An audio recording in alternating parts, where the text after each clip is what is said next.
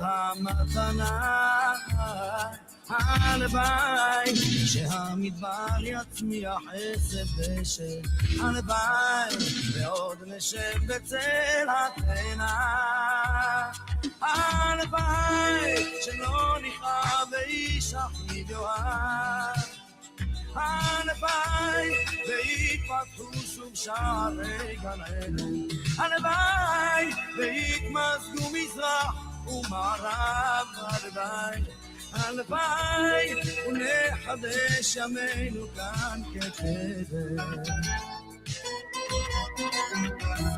הלוואי ולא יישא עוד גוי אל גוי חרב הלוואי ולא ננטוש את דרך התקווה הלוואי והאדם יהיה רחום עד הערב הלוואי שיש סיכוי אחד לאהבה הלוואי שלא נכאב ואיש אחיו יאהב הלוואי ויפתחו שוב שערי גן עדן הלוואי ויתמזגו מזרח ומערב הלוואי הלוואי ונחדש ימינו כאן כקדם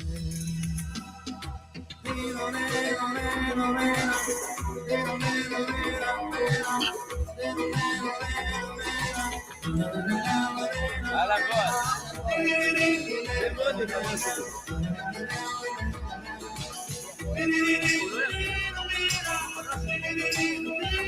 הלוואי שלא נכאב ואיש אחיו יאהב הלוואי ויפתחו שוב שערי גן עדן הלוואי ויתמזגו מזרח ומערב הלוואי הלוואי נחדש ימינו כאן כקדם הלוואי שלא נכאב ואיש אחיו יאהב הלוואי ויפתחו שוב שערי גן עדן הלוואי ויתמזגו מזרח ומערב הלוואי ונחדש ימינו כאן כקדם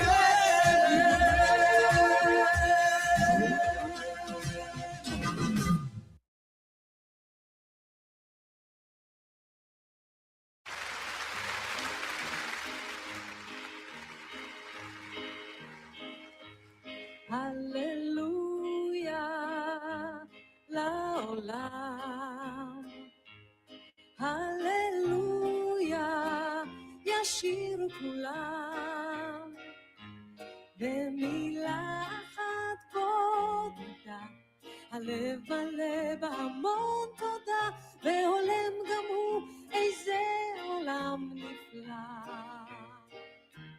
הללויה עם השיר הללויה על יום שמאיר הללויה על מה שהיה היה ומה שעוד לא היה הללויה הללויה לעולם הללויה ישירו כולם והאימרים הגדולים יהדהדו בהמון צלילים ואיתנו הם יאמרו הללויה הללויה הללויה עם השיר הללויה על יום שמאיר הללויה על מה שהיה ומה שעוד לא היה הללויה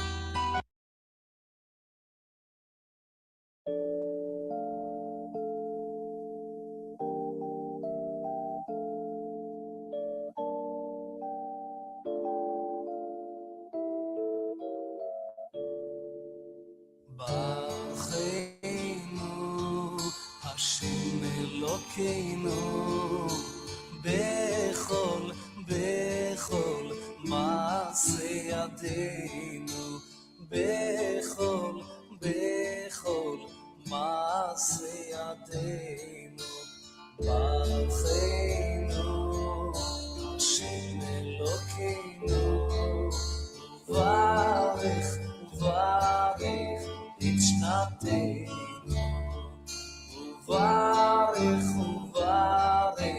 את שנתנו תן תלומתם על פני האדמה ממה תן תלומתם על פני האדמה תן תלומתם על פני האדמה ממה תן תלומתם על פני האדמה ברכנו השם אלוקינו בכל מעשה ידינו בכל מעשה ידינו ברכנו השם אלוקינו וברך את שנתנו וברך את שנתנו תן תלומתם על פני האדמה ממה תן תלומתם על פני האדמה ברכנו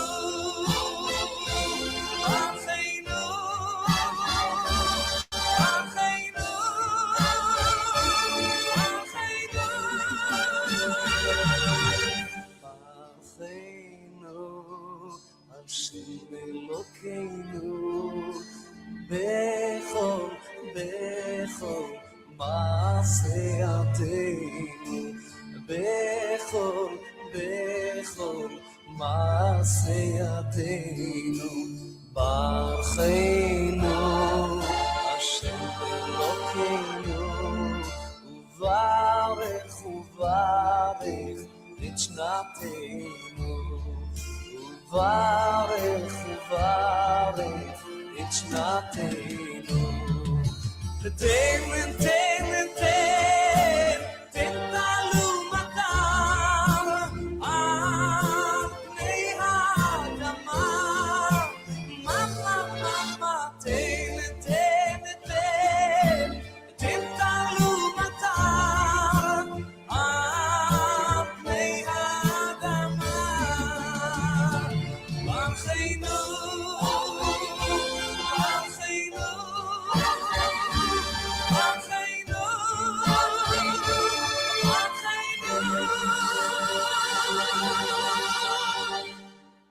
על פני האדמה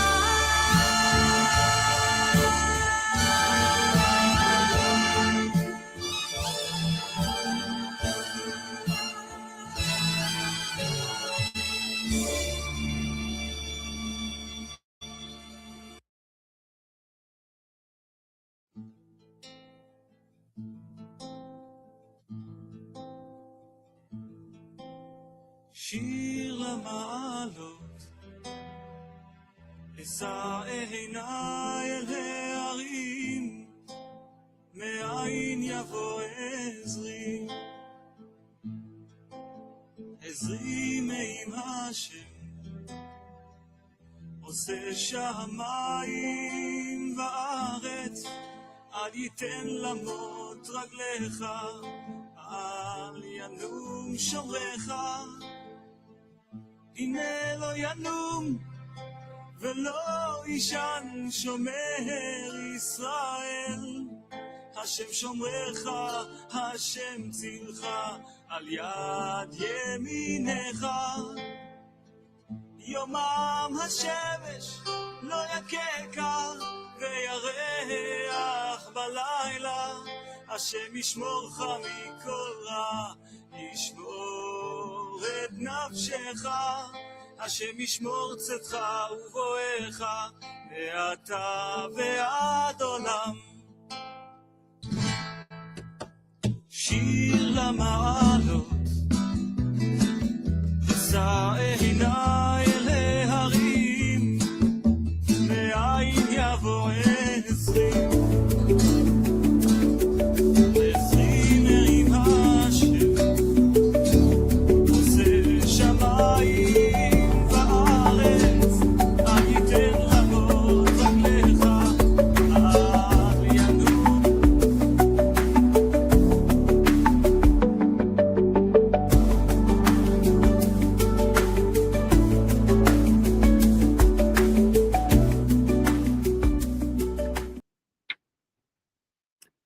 Shabbat Shalom, everybody. Shabbat Shalom, and welcome to this week's World Alliance of Qara'im Torah study.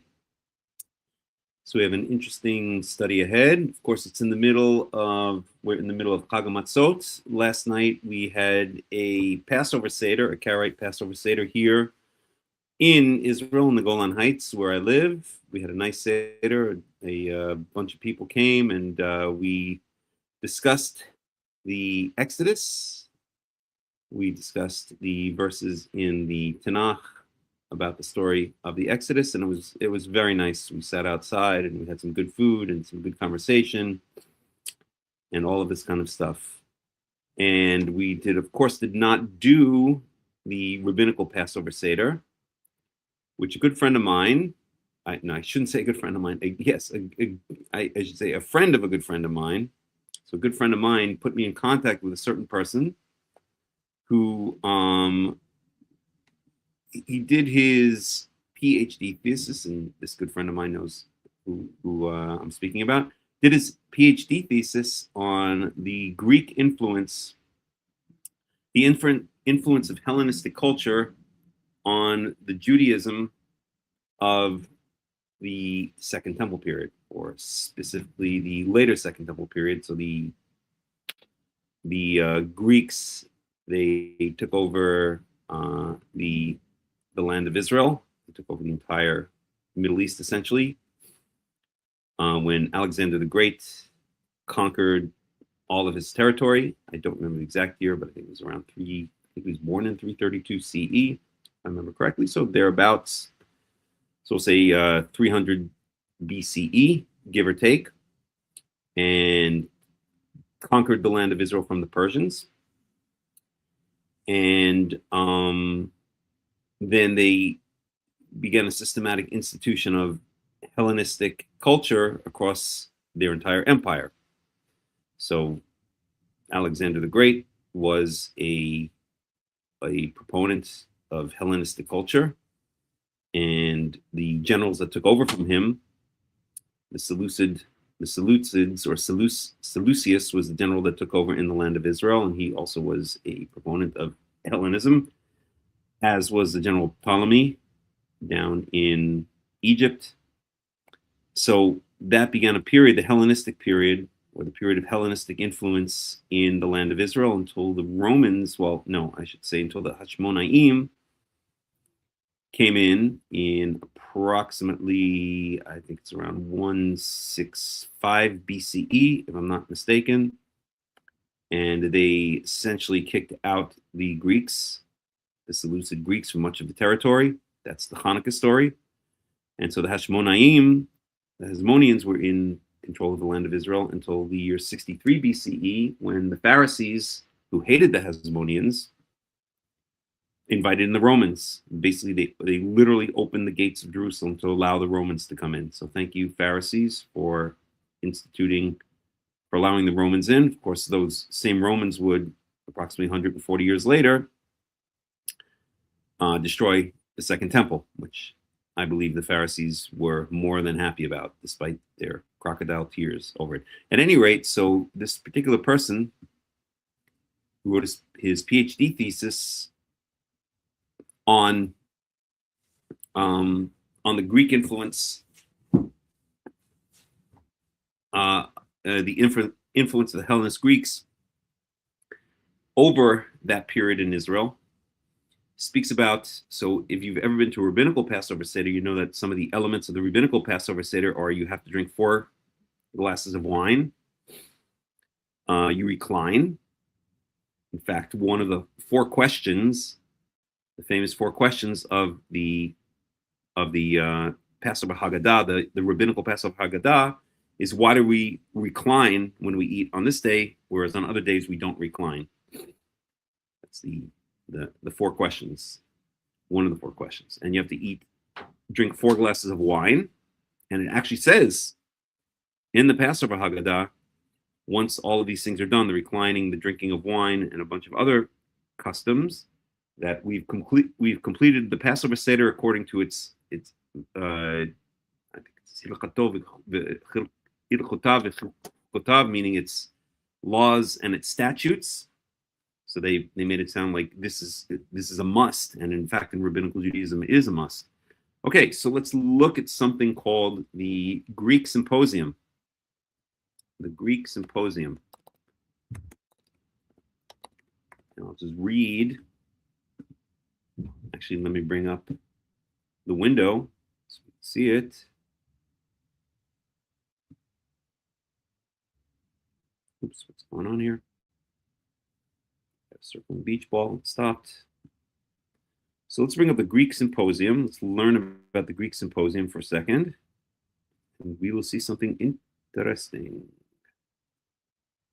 We will see something interesting. Window. Boom. There we go.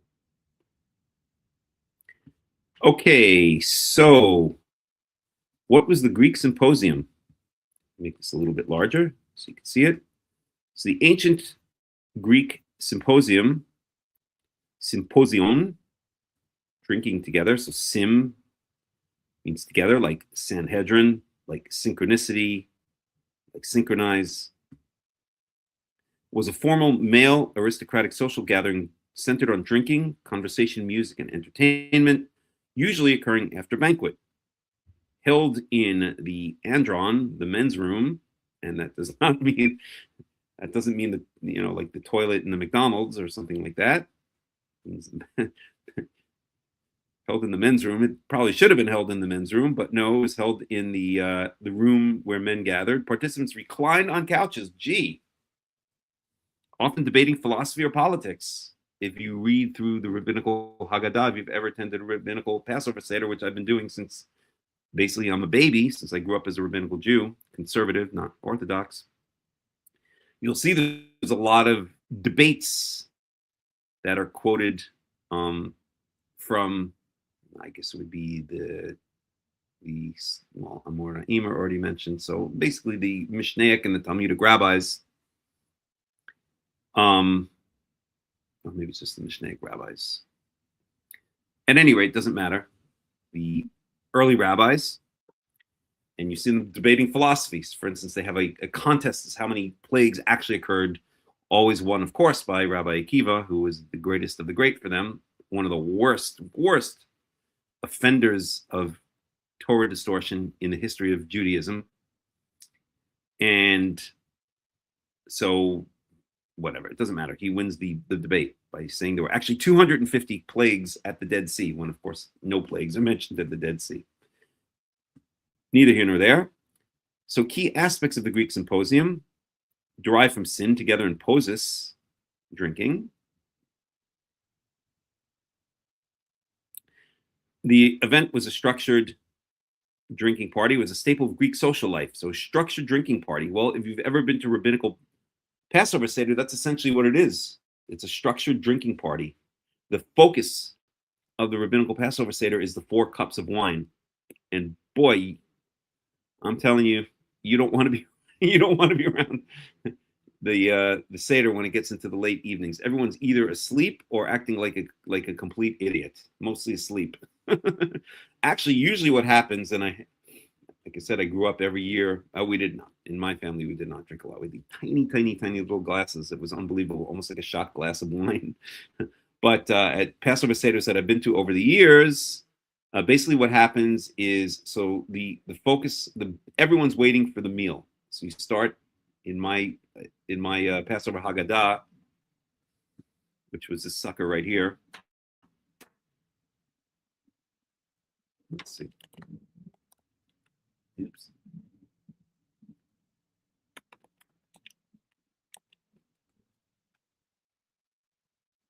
This was the Passover Haggadah we used when I was growing up. Oops, where'd it go? That one right there. And everyone knew, we all knew exactly where the meal was, on what page the meal was. Now I forgot. I think it's page 27 or 28, right? So you couldn't wait to get to page 28 so you can have the meal. And then, so everyone, the first half of the Passover Haggadah, everyone's waiting for the meal because everyone's hungry. And you're going through all these prayers and stuff, which part of them are very nice. And some are kind of boring. But then you get to the meal, and by that time you've had 2 glasses of wine. And then you pig out on the meal. You have 2 glasses of wine under your belt. And then what does everyone do after the meal? They all fall asleep. Because right after the meal is the 3rd glass of wine. So then everyone either leaves or sleeps through the second half of the Seder. That's a typical rabbinical Passover Seder. So again, let's read more about the Greek Symposium. The event was a structured drinking party. It was a staple of Greek social life, separating men from women, except for hired entertainers like flute girls. So the setting, held in private homes in a dedicated room called an andron, which contained 7 to 15 couches. Guests wore garlands, and the atmosphere was convivial yet choreographed. So choreographed is the key, just like the Passover Haggadah is the choreography of the rabbinical Passover Seder. Oh, I'm sorry, still this one right here. So wine and service, participants drank wine mixed with water, usually 3 or 4 parts water to 1 part wine to maintain moderation. The mixture was held in a large central jar, the crater, and served by young men. It doesn't matter. The point is the wine. Okay. Beyond drinking, the symposium featured intellectual conversation, poetry recitals, dancing, and musical performances. It was a venue for socializing and displaying a host's wealth, so intellectual conversations. If you ever read through the rabbinical Passover Haggadah, you'll see that you're going to have a hard time finding the actual Passover story. There is a one section of the Passover story called Magid. So I think it's 10 sections. I don't remember exactly the 10 sections. And one of them is called Magid, which is only one of 10 sections of the Haggadah, where you're actually telling the Passover story, kind of, but you're not even telling the Passover story because it's constantly interjected with all this rabbinical interpretations and storytelling. But at any rate, the focus is not really on telling the Passover story. It's much more on this kind of stuff, intellectual conversations, some poetry recitals. I don't know about dancing and musical performances. I guess the rabbis, couldn't take it that far. Cultural significance. We can skip that part. The leader was chosen to manage the evening, deciding how strong the wine would be and how many rounds would be drunk, emphasizing the value of moderation. Well, that is definitely not emphasized in the rabbinical Passover Seder. I just want to also find the one other element of it, if I could find it.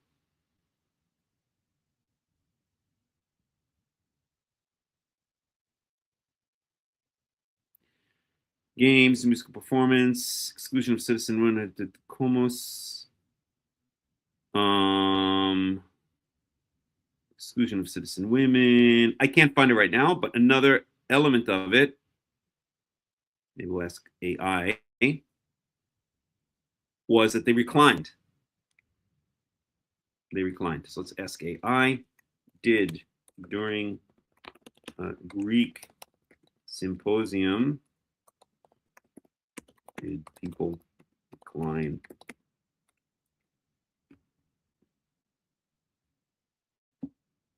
So reclining was a standard posture for elite men during a Greek symposium. This practice was not just about comfort, it was a symbol of leisure, status, and participation in refined social culture. So guests typically reclined on their left side, propping themselves up on their left elbow. So in the rabbinical Passover Seder, you're supposed to recline to your left side. I'll show you that in a second. So they used often couches, etc. It doesn't matter. To maintain their position for hours, guests use cushions. You'll see that at a Passover Seder, that there are a lot of cushions, because we're not supposed to be like slaves. We're supposed to be reclining with pillows. So generally, traditionally, pillows will be placed on every chair.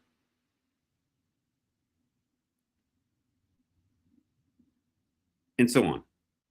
So let's even ask AI, since we're into AI, let's first, what are the laws for reclining at a Passover Seder? Hope you guys can all see that. Let me just check in.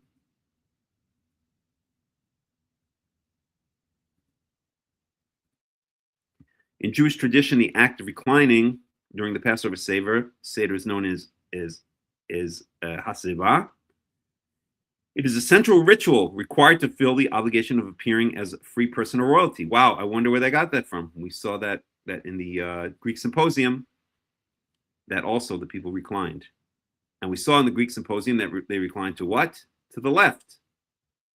The laws of reclining are specific and primarily based on safety and tradition. I don't know how it's safe to recline to the left, but at any rate, lean to the left. Everyone, including left-handed individuals, must recline to their left side. Gee, where did we see that before? Let's go back up. How they reclined in the Greek Symposium. Guests typically recline on their left side, propping themselves up on their left elbow. So they reclined. They drank. They had an order to the amount of rounds of wine they would drink.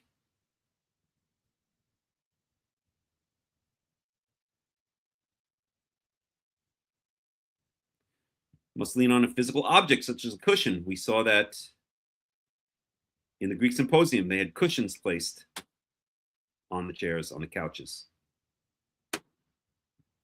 Since we no longer use Roman-style couches, modern practice involves tilting one's body to the left while seated in the chair, ideally using pillows for comfort. Reclining. So when is reclining mandatory? In the rabbinical Seder, during the 4 cups of wine. We said that there are 4 cups of wine. It's in every rabbinical Passover Haggadah, every rabbinical Passover, I think we call it a prayer book or program, written program. Each of the 4 ritual cups of wine must be drunk while reclining, and so on and so forth. So I remember many years ago when I lived in Jerusalem. Now I live in the north of the country in the Golan Heights, but many years ago when I lived in Jerusalem, back when I was married, we were invited to a Passover Seder with these very strict Orthodox Jews, and it was the most ridiculous thing. I think we actually walked out, if I remember, in the middle of the Seder. It was so annoying. I think we excused ourselves and left. But so this particular head of the household, young man, must have been in his 30s or something like that, he understood that you're supposed to recline to your left when you're drinking the 4 cups of wine.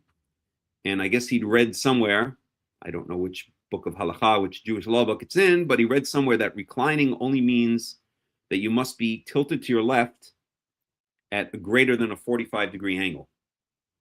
So you can try that in your seats right now. Okay, but if this is your body sitting straight up, you have to be tilted to the left at greater than a 45-degree angle. So basically, like, well, see you guys later. Because if it's less than a 45-degree angle, then you're more upright than lying down, and it's not doesn't qualify halachically according to Jewish law as reclining.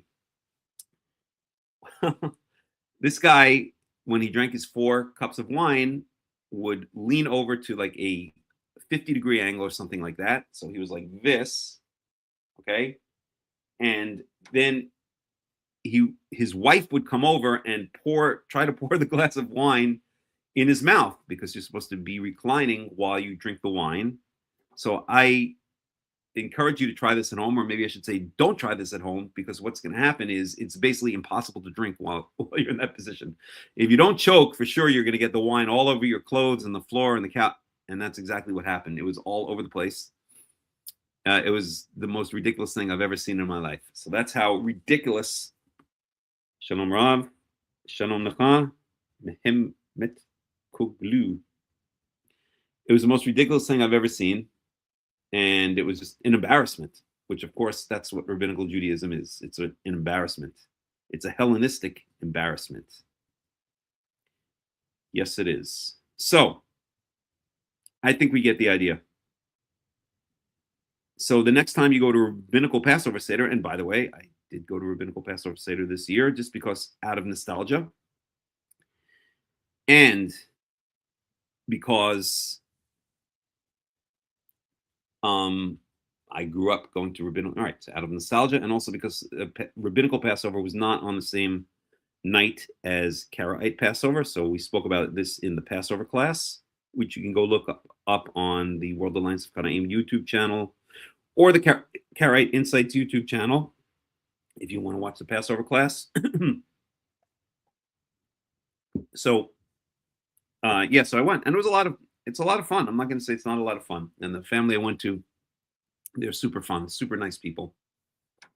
And we had a lot of interesting discussions. They love talking about the differences between, or the father loves talking about the differences between Charism and rabbinical Judaism. So we got into that a little bit in a very respectful way. But it's a Greek symposium. It's a Greek symposium. So the next time you go to a rabbinical Passover Seder, realize that you're actually going to a Hellenistic Greek symposium. And if that ain't typical for the rabbis, if that don't tell us what the rabbis really are all about, then I don't know what does. Well, there are plenty of other things that do. Basically, the rabbis, the Pharisees, later the rabbis, they instituted, they took Greek Hellenistic behavior, thought. They basically, rabbinical Judaism is, well, I guess it's a lot more complicated than that, but to a certain degree, to a large degree, at least rabbinical Judaism that harkens back to the Hellenistic period and maybe beyond into the Roman period, is a shiluv. It's a combination of Torah and Hellenistic thought patterns, which is why it's such a disgusting, disgraceful mess, which must and will be eliminated off the face of the earth before the nation of Israel has any chance of coming back to its source and has any chance of all of these wars, such as the one we're undergoing right now, disappears. There cannot be peace in Israel until we reject, as I've been saying for years, decades, till the nation of Israel rejects the two false philosophies of rabbinical Judaism and Western secular culture, and returns to the true Torah, the Tanakh, which is why, in addition to calling myself Karaite and calling our movement or our organization the World Alliance of Qara'im, for a number of years now, another name for our movement has been the Chozrim B'Tanakh, the Return to Tanakh movement. Those who understand what Chozrim B'Tshuva is in Israeli society, or even just in general Jewish society, understands the play on words when I say Chozrim B'Tanakh. So that's that. All right, so let's dig in. Let me put a song up. And I'm just going to grab a glass of water. And we're back in like a minute or so, a couple minutes.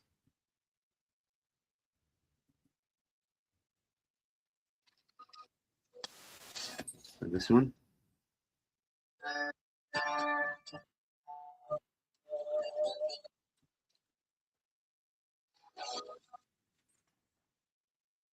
Okay. Be right back.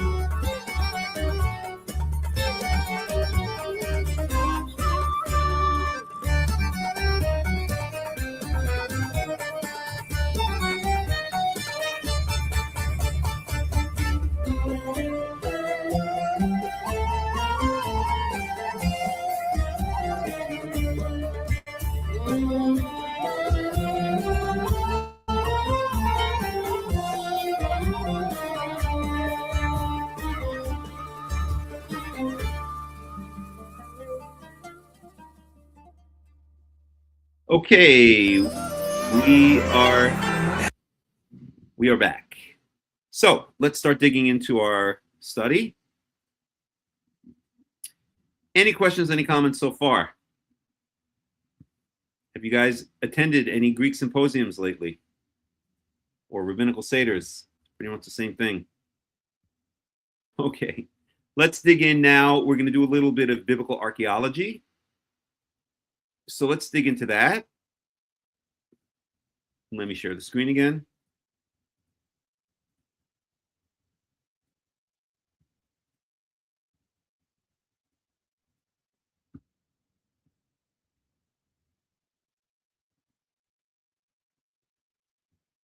So we can close out that. Well, we'll just leave this open. And we're going to talk about something called the Cyrus cylinder. Very, very interesting piece of biblical archaeology. And we're going to look at the actual verses in the Tanakh that relate to what's being said in the Cyrus cylinder. So let's read about this. So the Cyrus cylinder is a 2,600-year-old baked clay artifact, hailed as the first charter of human rights, but that's not relevant to us, discovered in the ruins of Babylon in 1879. And you can actually visit, if you want to go to Iraq, you can actually visit the ruins of Babylon, which were, believe it or not, rebuilt by Saddam Hussein before he was killed by the United States. It contains a let me just see if my cat wants to come here. Joshua, come, baby. Come here, you. Get over here. Come, baby. Come. Oh, God. Not that chair. Come here, baby. Come. Come, sweet. You behave yourself? Huh? Over there.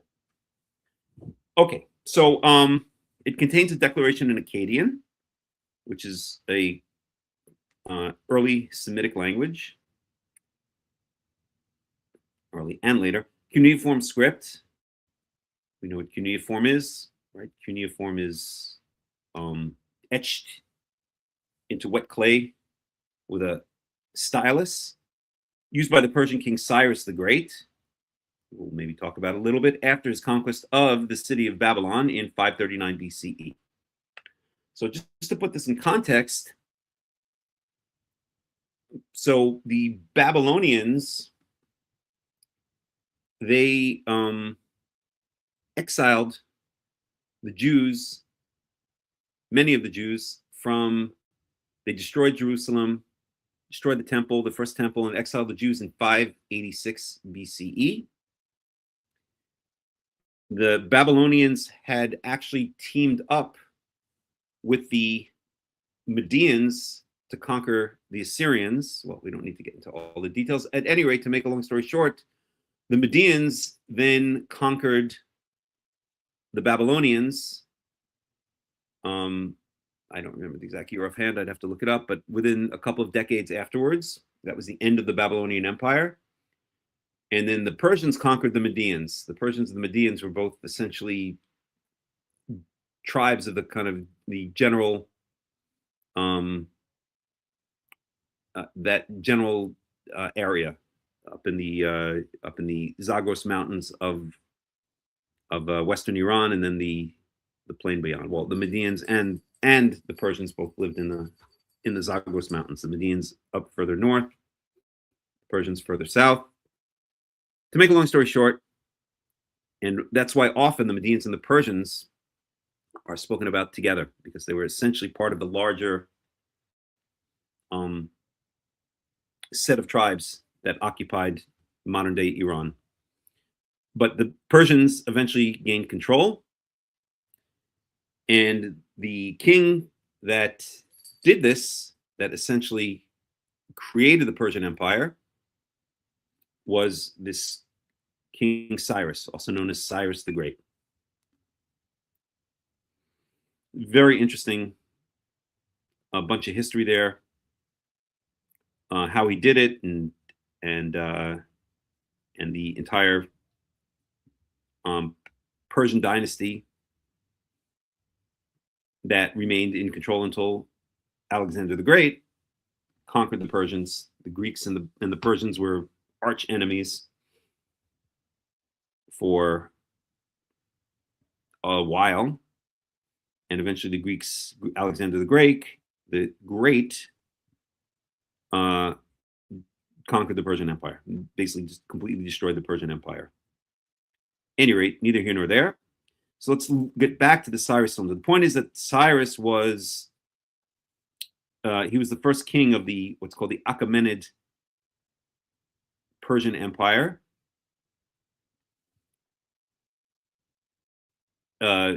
Basically, the first king of the fully expanded or expanding Persian Empire. First king of the Persian Empire. Let's put it that way. So, okay, the text portrays Cyrus as being chosen by the Babylonian king Marduk to restore peace and order after the impious rule of the previous king Nabonidus. Nabonidus was the last Babylonian king of the what's called the Neo-Babylonian Empire. The biblical connection, and this is what we care about. So while the cylinder does not specifically name Jews or Jerusalem, its message of allowing deported peoples to return home and build their temple strongly parallels the biblical account in the book of Ezra, which we'll look at. It records Cyrus's policy of repatriating displaced populations and restoring their sacred shrines, a rare act of religious and cultural pluralism in antiquity. And in fact, it's understood by most historians that one of the great reasons for the success of the Persian Empire, and they were at the time the largest empire that the world had ever seen, and they reigned from, again, I don't remember the exact year when Cyrus rose to the throne, but approximately 550 BCE, give or take, until around 300, give or take, BCE. So we're talking about 250 years. And then they were completely destroyed. And of course, we have the 250th anniversary of the United States coming up. Is it this year? Oh my God, it's this year. Wow. 1776, 2026. Let's hope they don't go the way of the Persian Empire, although I think they very well might. A lot of problems there. At any rate, so, all right, the Shah of Iran promoted the cylinder as a symbol of 2,500 years of Persian monarchy in the world's first human rights charter. A replica is currently on display at the United Nations headquarters in New York.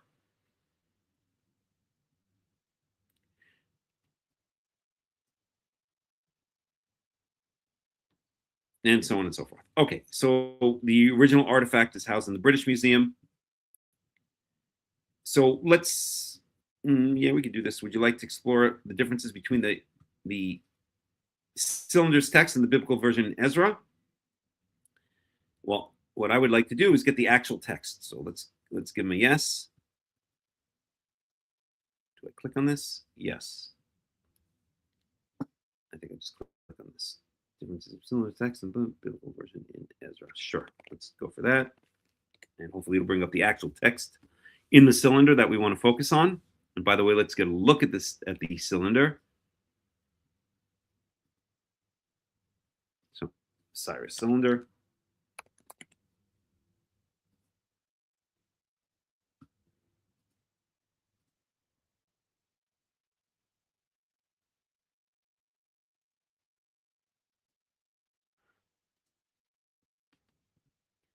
Let's get an image of it.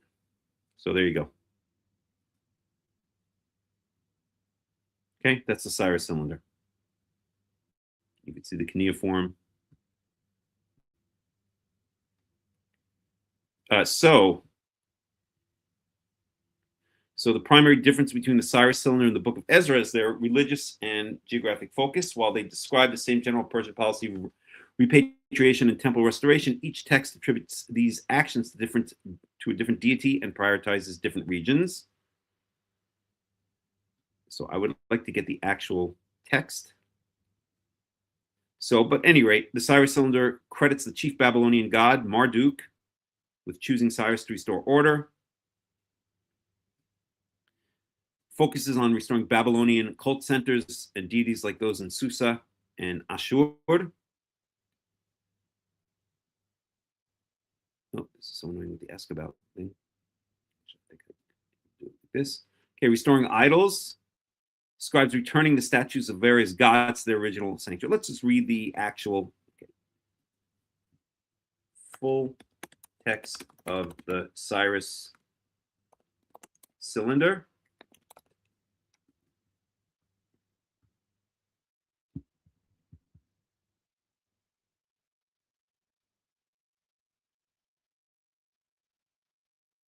Okay, just try clicking on that.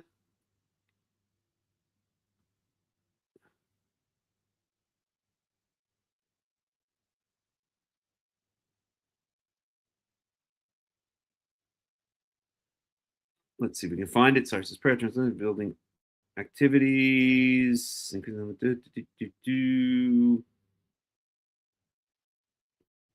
Here, this is the key here. Okay, let's read a little bit just to get an idea of who this dude Cyrus was.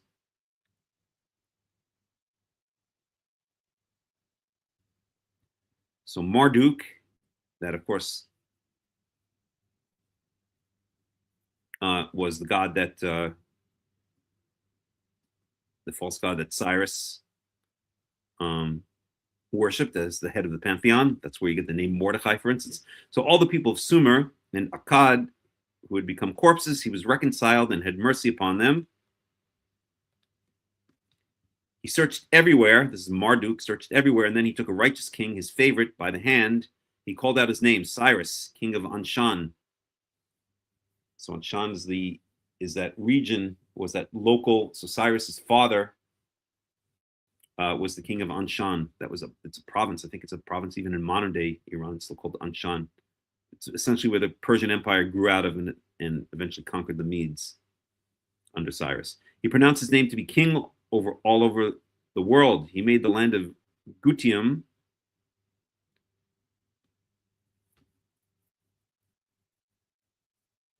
and all the Umanmanda bow in submission at his feet. And Cyrus shepherded with justice and righteousness all the black-headed people. Black-headed people are the Sumerians. The word Sumer, I believe actually it itself means black-headed people, or if not, then the endonym for the Sumerians meant black-headed people. I think Sumer itself means black-headed people. At any rate, over whom he had given him victory, Marduk, the great lord, guardian of his people, looked with gladness upon his good deeds and upright heart. And Cyrus takes Babylon. So remember, the Babylonians had recently conquered the Assyrians. They did this not long before after they conquered the Assyrians, they basically took over the entire Assyrian Empire, which included Judea, which included Jerusalem. And then soon afterwards, and if you read the book of Daniel, we actually have Daniel's prophecy of the writing on the wall, which says explicitly that the Babylonian Empire will soon end and be conquered by the Persians. That's exactly what happened. He ordered him to go to his city, Babylon. He set him on the road to Babylon, and like a companion and a friend, he went at his side. This is Marduk ordering Cyrus to go to Babylon. In other words, to conquer Babylon. His vast army, whose number, like water of the river, cannot be known, marched at his side fully armed. This harkens back to statements, for instance, in the Torah, speaking about the descendants of Abraham, who will be so great, like the sand on the seashore, that they will not be even countable. There will be so great number that they will not be countable. I'm not saying that this is related to the other. It might have very well been just a common concept back then. He made him enter his city, Babylon, without fighting or battle. He saved Babylon from hardship. He delivered Nabonidus, the king who did not revere him, into his hands. Again, this is Marduk delivering Nabonidus, the last king of the Neo-Babylonian Empire. The king who did not revere him, into his hands. All the people of Babylon, all the land of Sumer and Akkad, princes and governors, bowed to him and kissed his feet. They rejoiced at his king. It must have been a lot of spittle on Cyrus's feet. They rejoiced at his kingship, and their faces shone. And we can skip ahead a bit. I am Cyrus, king of the world, great king, mighty king, king of Babylon, king of Sumer and Akkad, king of the four quarters, the son of Cambyses. So that was his father, who was the king of Anshan.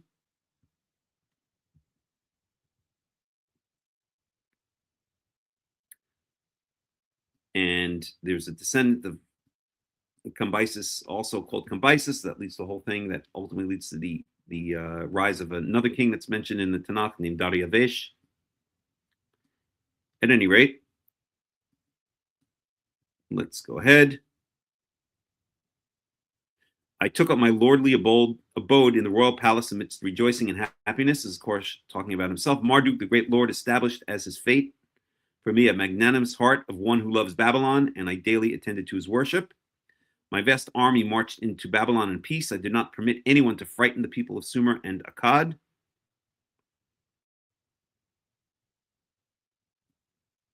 So Babylon was originally a Sumerian city. So when it says Sumer, and not Samaritan, Sumerian, S-U-M-E-R, not to be confused with the Samaritans in Samaria. And then Babylon was eventually conquered by the Assyrians, and the Babylonians hated the Assyrians, and so they essentially teamed up with the Medians to overthrow the Assyrians, but then the Medians overthrew the Babylonians, and then the Persians overthrew the Medians. It's a whole big thing. I sought the welfare of the city of Babylon. We can skip ahead a little bit. Let's just get to the place which is relevant. Let me find it. Where was it?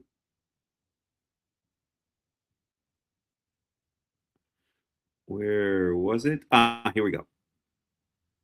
So I returned. So, okay, we should read this whole thing. And in peace before him, we moved around in friendship throughout the world, from the upper sea to the lower sea, who live in the districts far off, the kings of the west, who dwell in tents, all of them. So I assume when it says the upper sea, this is speaking about the Caspian Sea, which is on the northern border of Iran, and the lower sea, I'm assuming, is speaking about the Persian Gulf, I assume.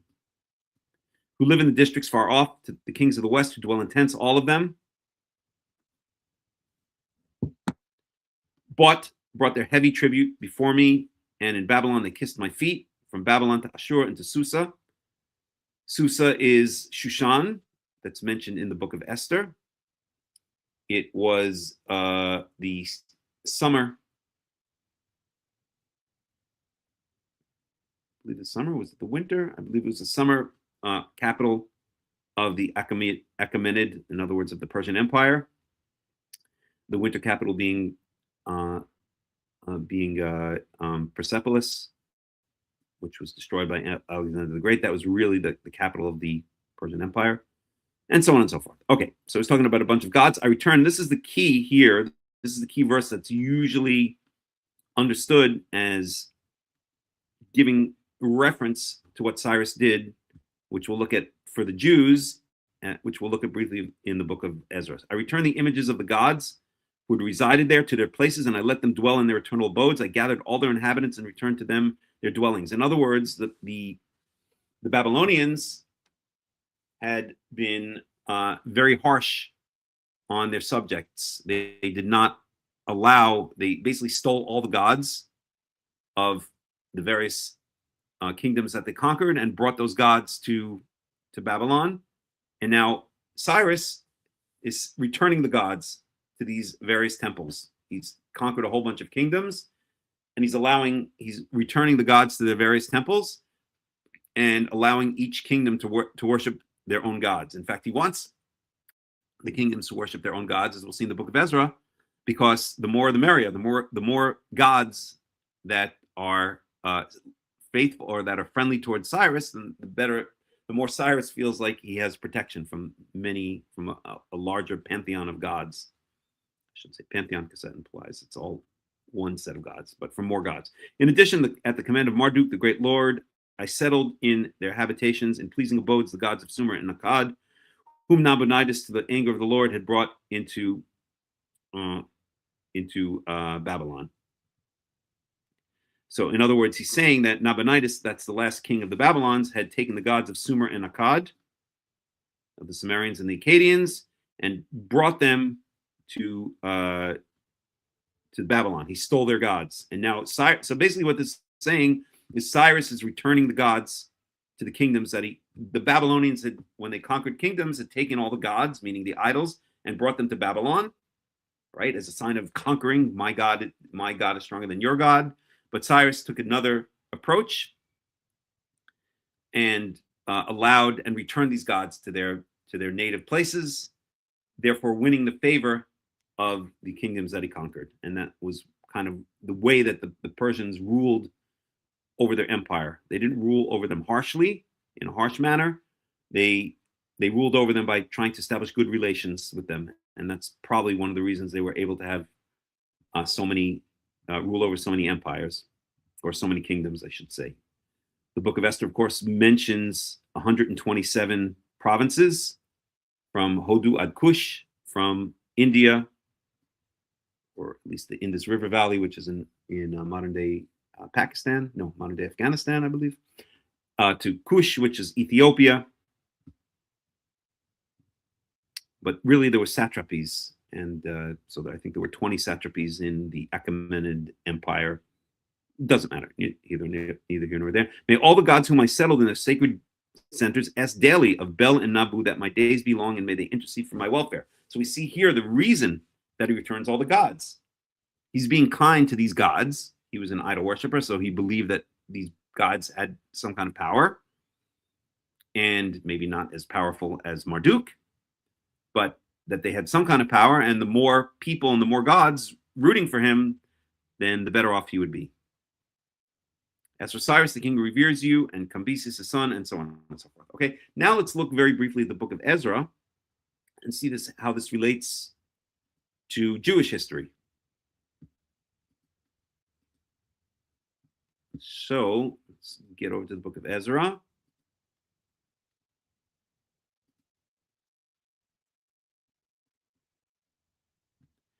I'll read the English. There's no reason if we need to look at something in the Hebrew, we will. So this is how the book of Ezra begins. In the first year of Cyrus, king of Persia, and let's just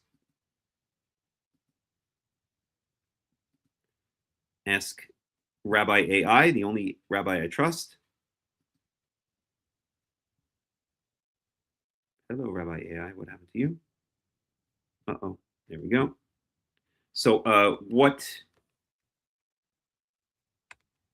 in what years did Cyrus Great reign?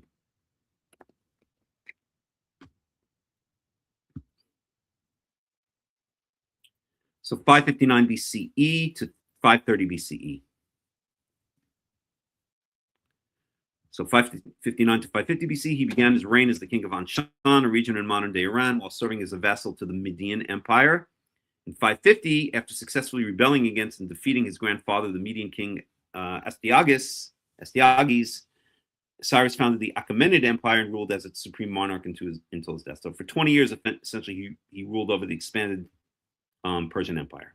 So this is speaking about, I would imagine, the year 550 BCE is what we're speaking about here, because it's really when he became king over the expanded Persian Empire. So Ezra 1 says, in the first year of Cyrus, king of Persia, and this would fit right in more or less. So the first temple was destroyed in 586 BCE. There were already exiles before that, or the Jews were already exiled partially before that. At any rate, in order to fulfill the word of the Lord spoken by Jeremiah, who said that the exile would last for 70 years, the exile of the Jews would last for 70 years in Babylon, Yahweh moved the heart of Cyrus, king of Persia, to make a proclamation throughout his realm and also put in writing. This is what Cyrus, king of Persia, says.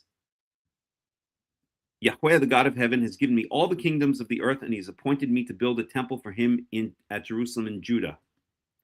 Any of his people among you may go up to Jerusalem and Judah and build the temple of Yahweh, the God of Israel, the God who is in Jerusalem. And may their God be with them.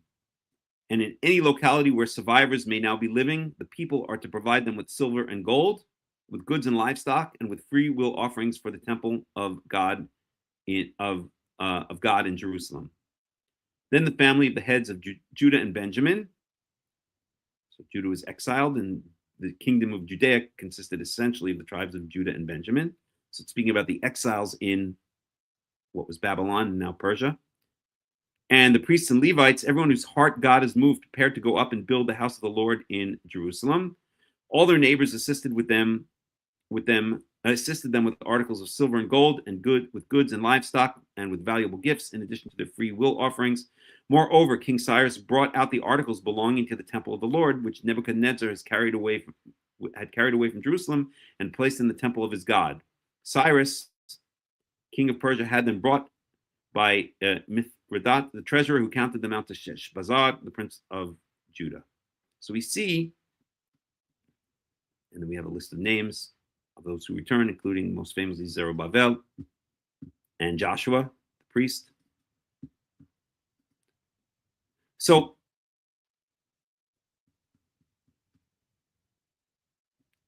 that's the connection between the Cyrus cylinder and what we read in the book of Ezra. Right? So once again, just to sum up, in the Cyrus cylinder, we see that Cyrus returned, that Nabonidus, the last king of the Neo-Babylonian Empire, or actually Nebuchadnezzar, I guess the final kings of the Neo-Babylonian Empire, when they conquered nations, had stolen their gods and brought them to Babylon. And now Cyrus is returning those gods, quote unquote, lowercase g, gods, to the places where they'd come from, because he's now taken over the Babylonian Empire. And on top of that, asking each of the people to have their gods pray for Cyrus.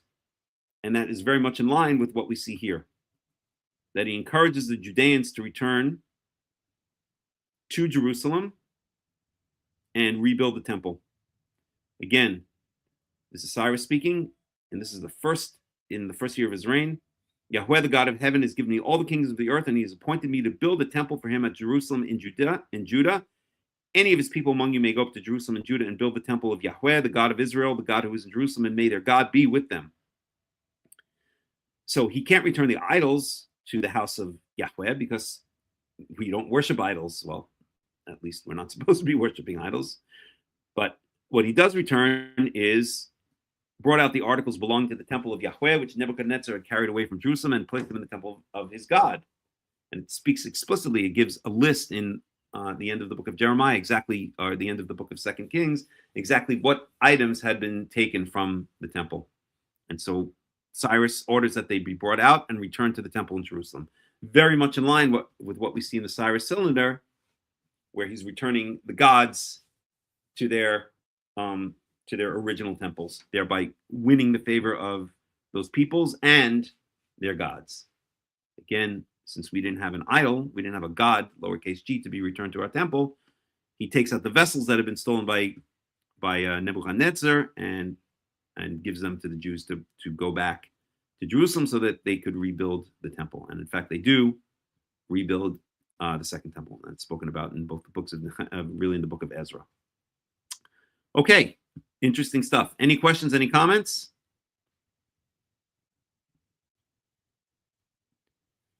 Any questions, any comments?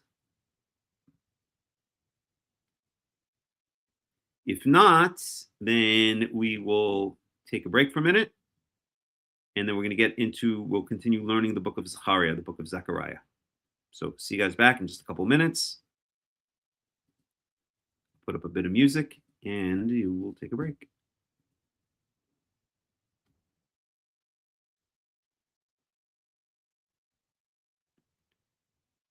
Let's see what we can put on.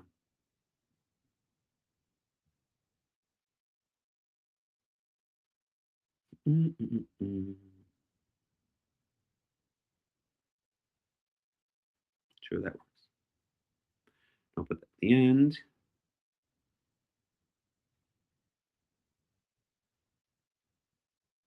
This works.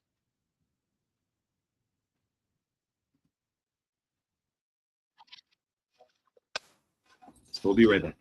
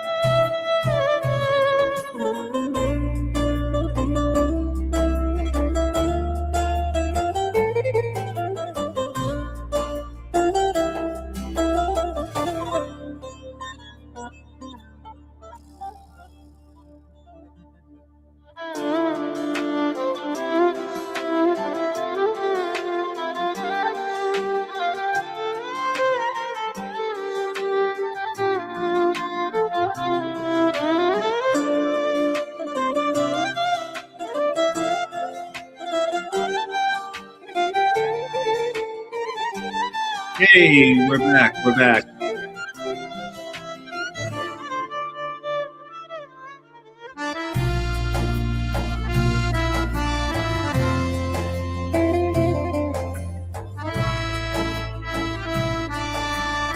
Okay, so welcome back to the study. We're going to be digging in now to the book of Zechariah. And let me share the screen.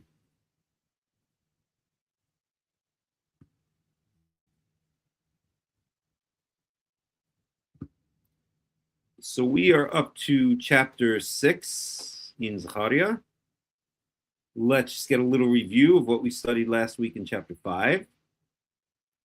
So we had the flying scroll and the woman in the basket, right? So let's read through this very quickly in the English just to get a review. So I looked again, and before me was a flying scroll. He asked me, meaning the person speaking to me, the angel speaking to me, what do you see? I said, I see a flying scroll, 20 cubits long and 10 cubits wide. And he said to me, this is the curse that is going out over the whole land, for according to what it says on one side, every thief will be banished. And according to what it says on the other, everyone who swears falsely will be banished. Yahweh Almighty declares, I will send it out, and it will enter the house of the thief and the house of anyone who swears falsely by my name. It will remain in that house and destroyed completely, both its timbers and its stones. So that's the end of that prophecy. Then the angel who was speaking to me came forward and said to me, look up and see what is happening. I asked, what is it? He replied, it's a basket. I'm sorry, what is appearing, not what's happening. He replied, it's a basket. And he added, this is the iniquity of the people throughout the land. Then the cover of lead was raised, and there in the basket sat a woman. He said, this is wickedness. And he pushed it. Must have been Candace Owens or, I don't know, Kamala Harris. Okay. And he pushed it back into the basket and pushed its lead cover down on it. I would like to do that to Candace Owens and Kamala Harris. And then I looked up, and there before me were two women with the wind in their wings. They had wings like those of a stork, and they lifted up the basket between heaven and earth. Where are they taking the basket? I asked the angel who was speaking to me. He replied, to the country of Babylonia, to build a house for it. When the house is ready, the basket will be set there in its place. So remember, Zechariah is having all of these kind of very bizarre visions, very different. If you remember the book that we studied before, which was Malachi, and Malachi was dialectics. It was a conversation between Yahweh and Israel. Yahweh was answering questions, and Israel was asking questions or raising issues, raising challenges, and Israel was answering, and vice versa. So very different, and really, the book of Zechariah is unique with these endless wild visions. At least the first part of the book of Zechariah. There are other places where there are visions, but it's not so persistent and not so many of them. Of course, we see visions in the book of the beginning of the book of Ezekiel. We see Isaiah's various visions, but these are just wild visions. Okay, so let's start it up. Oh, I didn't. What's going on here? Oh, okay. Yes, let's see it, right? Yes. Okay, so now we're going to start in Zechariah chapter 6, and we're going to dig into the Hebrew. And we've got our usual translation that I use, the Robert Alter, and interpretation. So we'll get another set of eyes on it. It's always good. So this is Zechariah speaking. Wa ashuv, wa esa inai. So I returned, or once again, I came back again, meaning he's having another vision. I lifted up my eyes. And remember, we saw this phrase, lifted up my eyes, already a number of times in the previous visions. So, for instance, the same phrase exactly appears with the flying scroll vision. So in other words, ashuv meaning, literally it means I came back, but that's not the intention here. The intention is I saw another vision, and I lifted up my eyes.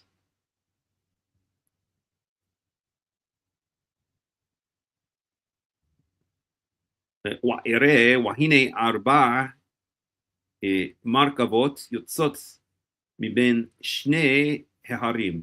And I saw 4 chariots going out from between two mountains.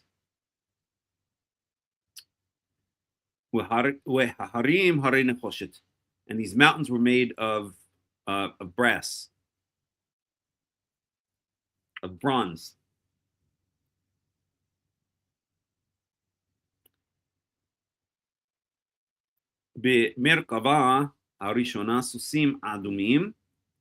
So in the first chariot leading the first chariot were brown horses, adumim. So that would usually be translated as red, but that's not what it means. There's no such thing as a red horse. Just like the para aduma, which we learned about when we were studying the various elements of the sacrificial system and the purity/impurity system we learned about. They usually translate it as a red heifer, but it doesn't mean red. It means more like earth colored. Here they translate it as, it's translated as red, but there's no such thing as a red horse. I'm sure Robert Alter does a better translation. Let's see what he says. Bay horses. I don't even know what that means, but it ain't red, I can tell you that much. I don't know. Let's look it up. I'll learn something new, as I always do whenever I do these Torah studies. So what is a bay horse?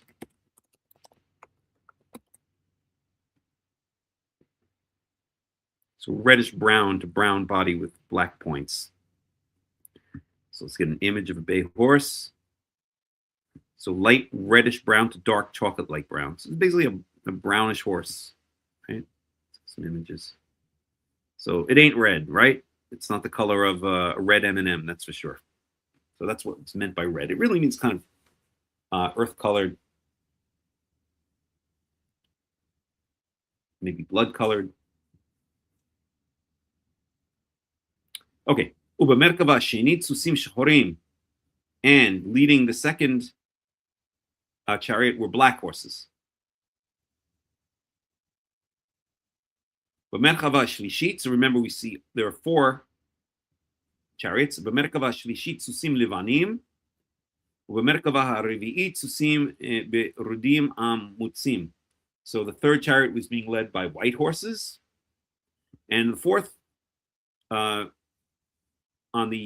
in the fourth chariot was being led by dotted or spotted horses, and amutzim probably would be something like strong. Let's see how Robert Alter translates that one. So he says dappled spotted horses. Okay, fine.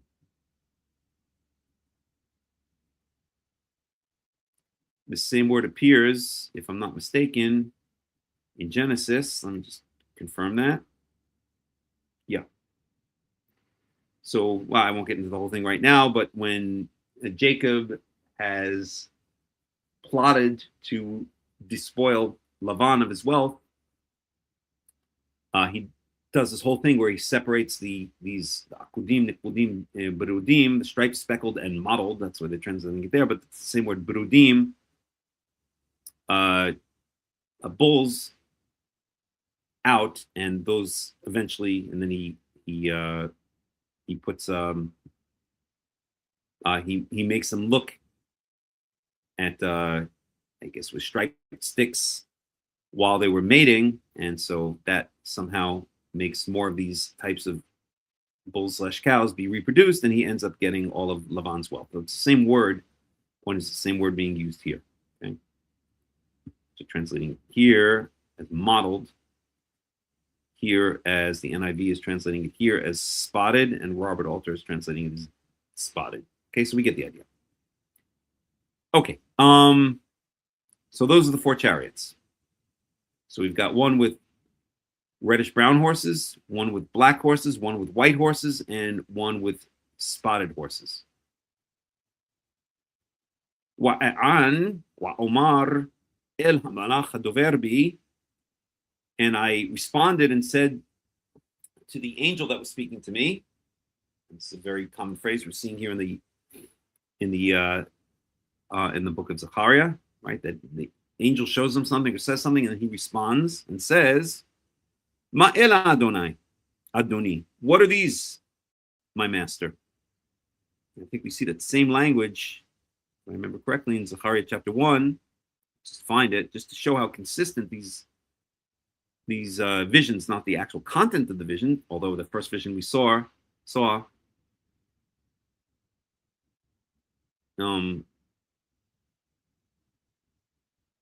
was with horses as well.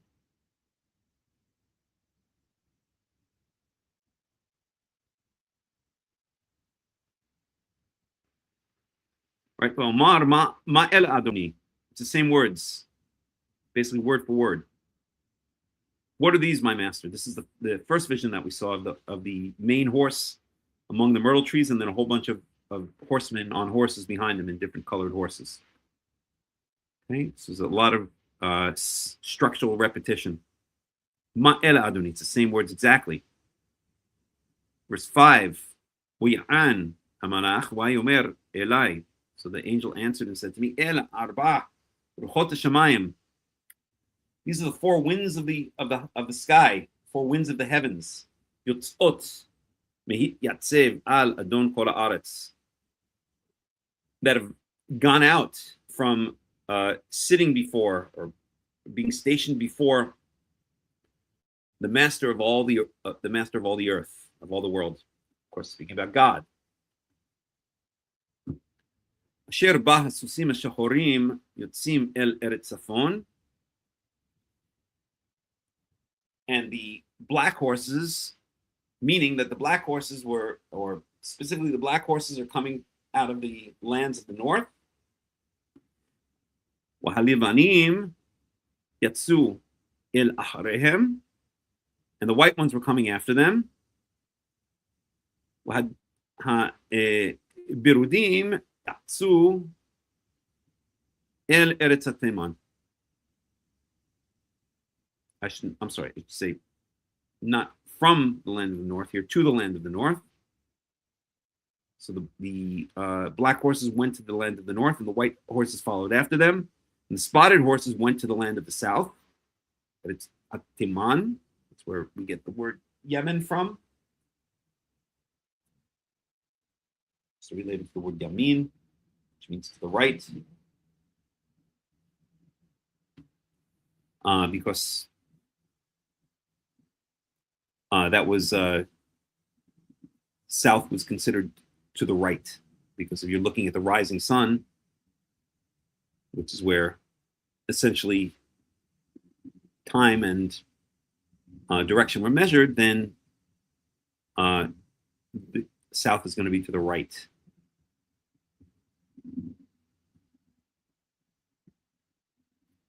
It should be pointed out that when you enter the tabernacle, or later the temple, you're walking away from the rising sun, you're walking towards the west. But the time of day was measured from the rising sun to the setting sun. And so you look towards the rising sun, that was the reference point for directions. And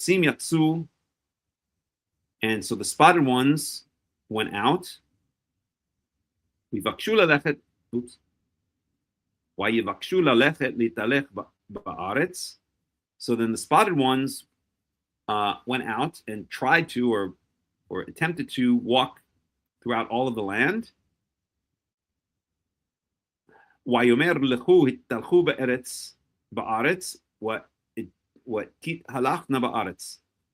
And he said, and I assume that he is speaking about God, right? Because they're going out from, what does it say? From Adon Kol Haaretz, the master of the entire world. And he said, so go out into the world, in other words, wander all across the world, and they went out and wandered, traversed all of the earth. Okay, so he woke me up, or maybe got my attention, or yelled at, or screamed at me to get my attention. We daber elai lemor, and he said to me to say, "Ura'eh hayotzim el eretz tzafon hinichu et ruchi ba'eretz tzafon."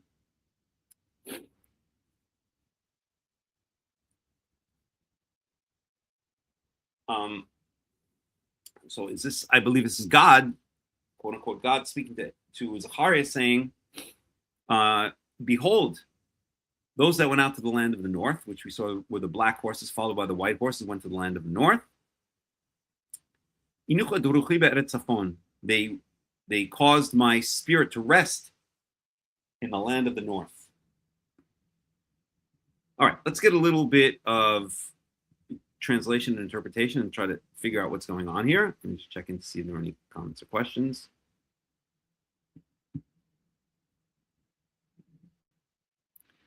Okay, so we don't really need the translation. Let's go directly to the.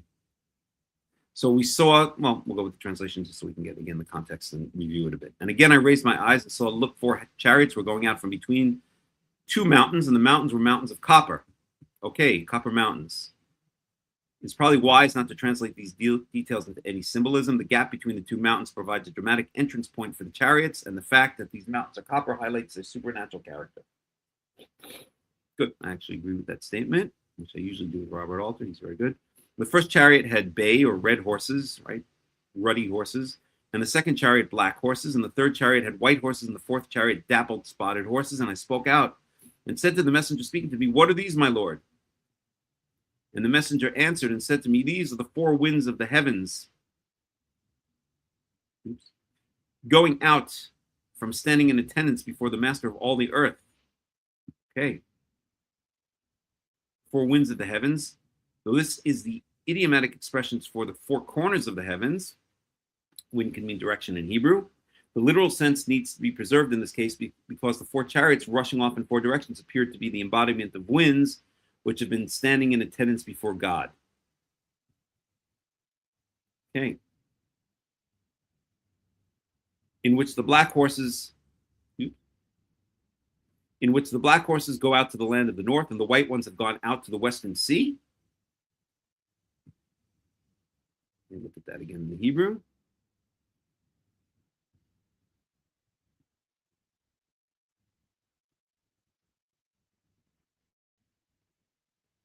Okay, that's his interpretation of that, but let's find the western sea. That's not what it says really in the Hebrew, but let's see what he has to say about it. And the dapple ones have gone out to the land of the south. Okay, verse 6, "To the western sea as elsewhere." This is the Mediterranean. The Masoretic text El Achareim, to after them, which is ungrammatical and also confusing. This translation supposes that the original meaning was El Hayama Acharon, or an equivalent phrase. Okay, so he's saying there was a textual error. We won't get into the details. El Hayama Acharon. Let me just look at that again in the Hebrew. So he's saying there was a textual error in the Masoretic texts here. It doesn't matter. And the red ones have gone out and sought to go about the earth. And he said, "Go about the earth," and they went about the earth. That's verse 7. So the red ones, the received text is Amutzim, the spotted ones, but this is synonym for the dappled ones who have already been accounted for. And the red horses seems to have disappeared. The translation therefore reads Adumim, the red ones. Fine, fair enough. This is somewhat puzzling because one would expect that these horses would head off in the 4th direction. Some scholars correct the phrase to had gone out to the east, but there is only a logical warrant for the emendation, not a textual one.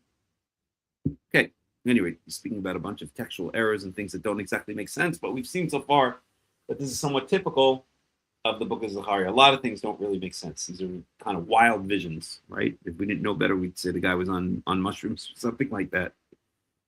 I have some friends here in Katsrin, in the Golan Heights, who would definitely say that and might even want to do mushrooms with the guy. But we won't mention any names. A good friend of mine. Doesn't matter. Anyway, Wahi devar Yahweh elai lemor. So the word of Yahweh came to me saying, say, Lakoach me'et agola me-Chaldeh ומת-טוביה ומאת ידעיה בת עתה ביום ההוא ובת בית יושיע בן צפניה אשר באו מבבל. Okay, so let's see what's going on here. We have a bunch of names. So לקוח מאת הגולה. So the word of Yahweh came to me saying,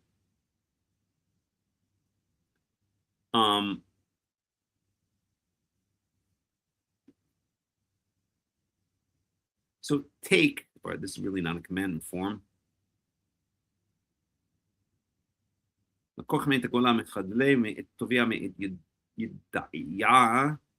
Okay, so I guess it is close to command in form. So take from the exiles, from Chedlai and from Tovia and from Yedaiah. These are the names of people.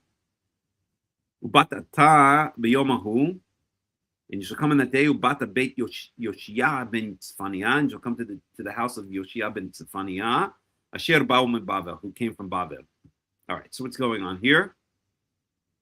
Let's get a translation. Did I skip a couple of verses?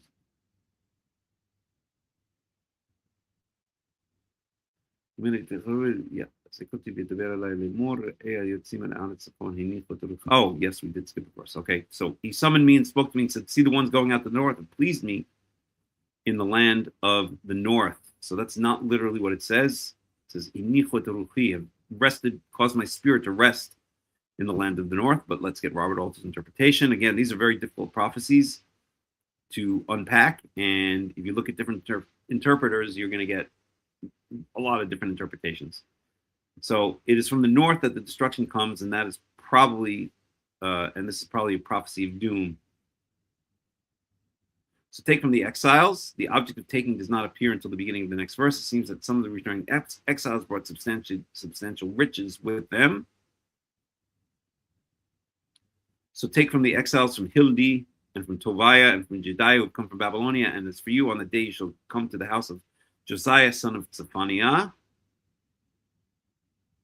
So these are exiles.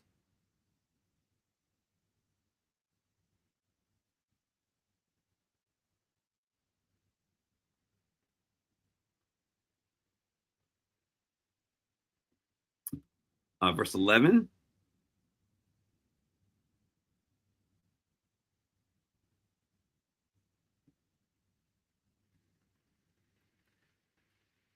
ולקחת כסף וזהב, ועשית עטרות. So you shall take silver and gold, and you shall make crowns, or they translate as diadems, kind of like a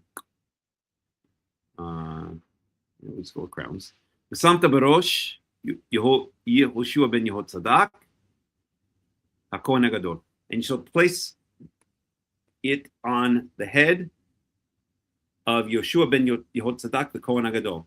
And we saw this Yoshua earlier in Zechariah in chapter, was it 2? Let's go take a look for a second.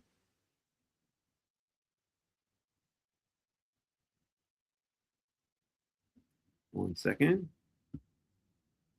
3. Yeah. Right, so we saw that that Yoshua, the high priest, had disgusting clothes, literally shit-covered clothes, a bigadim atzoim, and they were removed from him and replaced with white clothes or clean clothes. And this was a symbolic for the redemption or for the forgiving that Yahweh does of all of Israel, that Yahweh forgives all of Israel. Okay. Okay, we'll go back to Zechariah 6. So this Yoshua, the Kohen Gadol, the high priest, is mentioned earlier.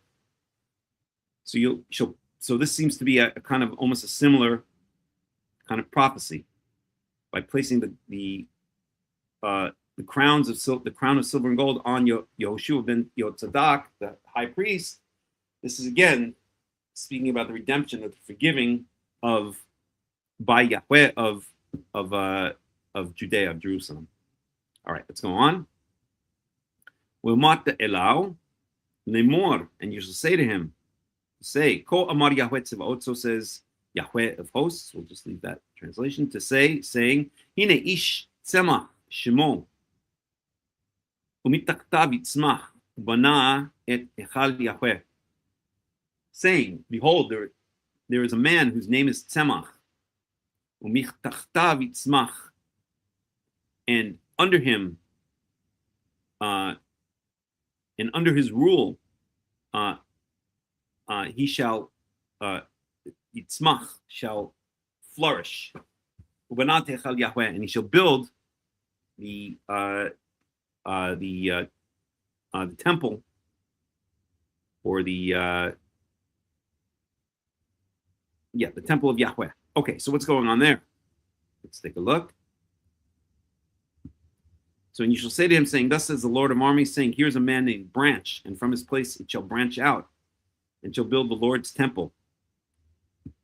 Okay, so what does that mean? Let's go on to verse 13.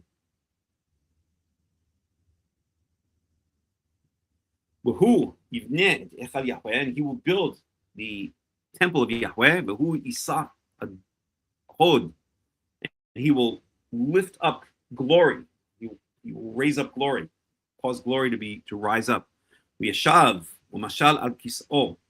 he will return or sit and rule over his throne. And the priest will be on his throne. And a council of peace will be between them. So this is speaking about a governor or a king that is going to build the second temple, and that the Kohen Gadol will be restored, the high priest will be restored, and there'll be peace between the ruler over Judea and the high priest. Okay, so what's going on here? So he translates, okay, the word atarot is not the word generally used for royal crowns, and the high priest will be wearing a diadem, not a crown. The priest shall be by his throne. The preposition could also mean on, but priests do not have thrones, and this translation follows an interpretation proposed by Kimchi and others. There shall be a council of harmony between the two of them. This prophecy of smooth cooperation between Zerubbabel and Joshua probably reflects a sense that there might be some tension between them. Zerubbabel is of the Davidic line, but in pointy of the Persian rulers, whereas Joshua is the legitimate heir to the high priesthood with no foreign intervention. Zechariah repeatedly elevates Zerubbabel's importance as Davidic ruler. And we saw a similar prophecy in, I believe it was chapter 1, also regarding both. Let me find it here.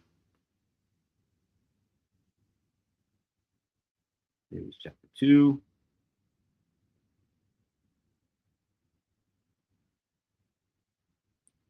Now that gets chapter 3 then. Right, what it means is Yeshua. And let me find this for a second. So here we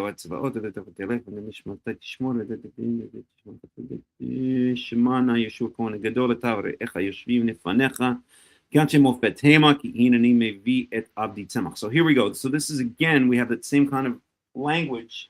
This is Zechariah chapter 3, verse 8, and I'll just translate this. Hold up, let me just turn down the heat just for a second. It's very hot in here. My cat is enjoying it, but I'm not.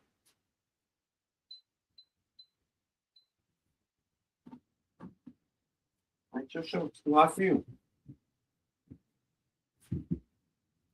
So this is Zechariah chapter 3, verse 8, and this is also a prophecy about Yoshua ben Yotzadak, the Kohen Gadol, and about someone called Tzemach, who's believed to be referring to Zerubbabel, one of the first returnees from Babylon, from Persia. So Shemana Yoshua Kohen Gadol. So listen. So pay attention now. Yeshua, the high priest. Ata u're'echa yoshvim lefanecha. You and your compatriots who are sitting before you. Ki anshe mofet hema, because they are people who stand out. Is that? Here translates it as a wondrous sign. Because behold, I am bringing my servant Tzemach. Tzemach, they're translating as branch or offshoot. At any rate, let's go back to Zechariah 6. So we saw that same language, that same imagery already back in Zechariah chapter 2, in chapter 3, I mean. Okay, let's get a little commentary here. We already read the commentary. And 14,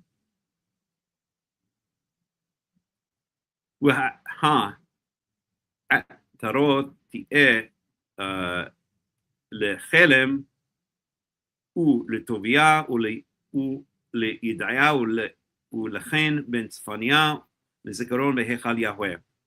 And this diadem that's going to be put on the Kohen Gadol, on Yeshua ben Yehozadak, that's taken from these rich returnees to Judea, Chelem or Tovia, and it mentions these names again. These are all names: Chelem, Tovia, Yedaya, Ulechen ben Tzefania, for people of Zikaron behechal Yahweh, and they shall be as a remembrance. In other words, this diadem is now going to be a remembrance, or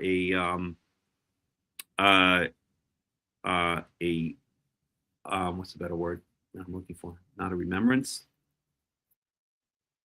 a memorial within the temple of Yahweh.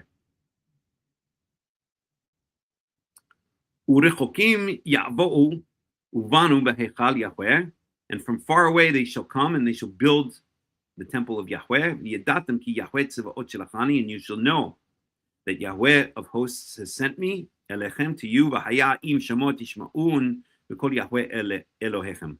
If you will certainly listen to the instructions, to the voice of Yahweh your God.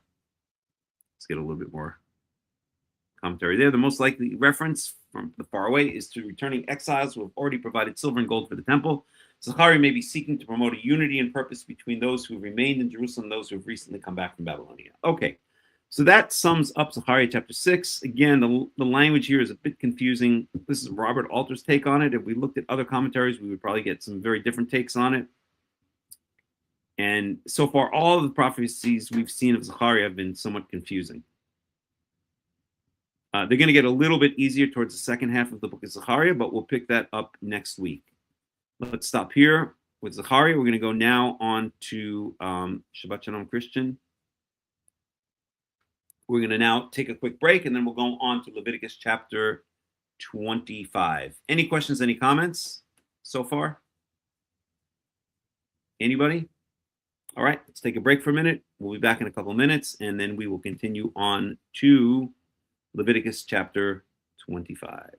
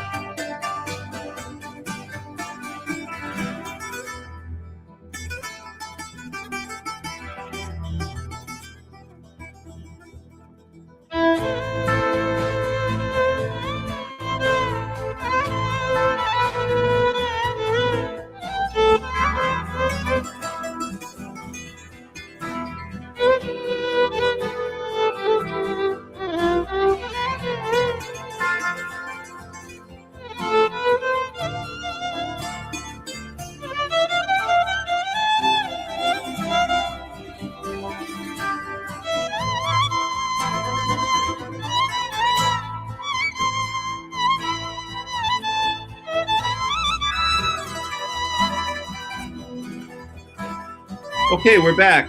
We are back, and we're going to dig into Leviticus chapter 25 right now, which we began last week. So let me share the screen.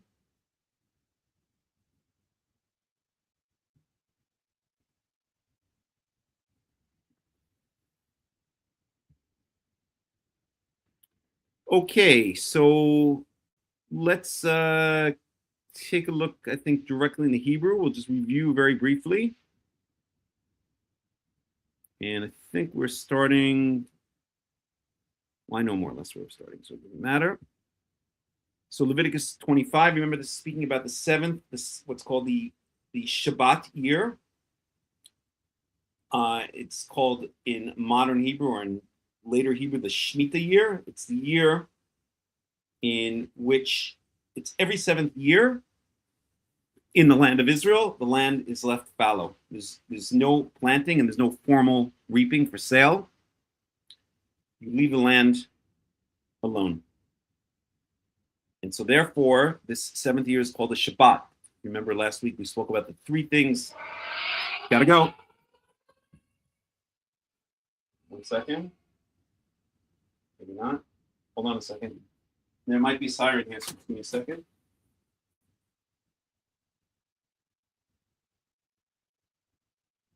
Okay. So there's no siren here. The app went off, but there's no siren here in Katsrin at the moment, but there might be any second, which means I may have to go. And if I do, I'll come back probably about 10 minutes later.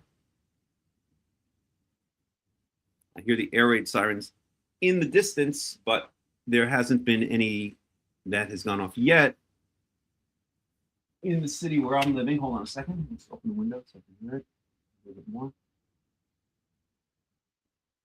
So I may have to get out of here in a second, and then I'll be back about 10 minutes later, hopefully. But so far, no sirens directly here in Katsrin where I live. Okay. I do hear sirens in the distance, however, the air raid sirens. All right, so let's go on now.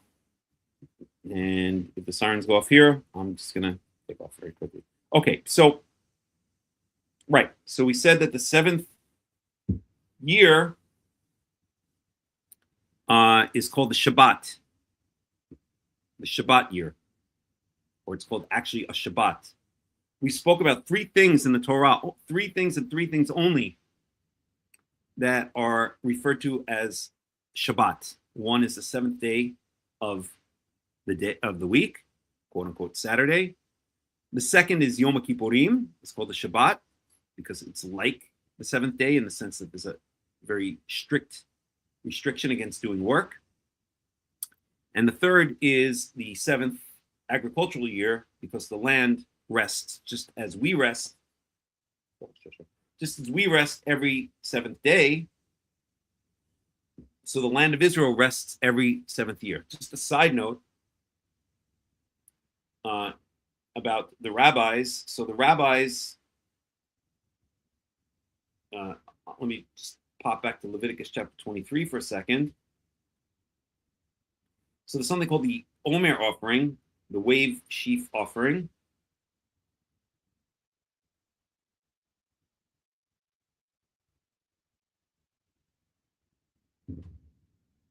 I don't know if you can hear those booms in the background.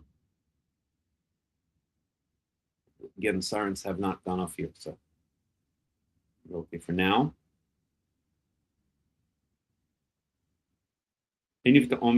So, okay.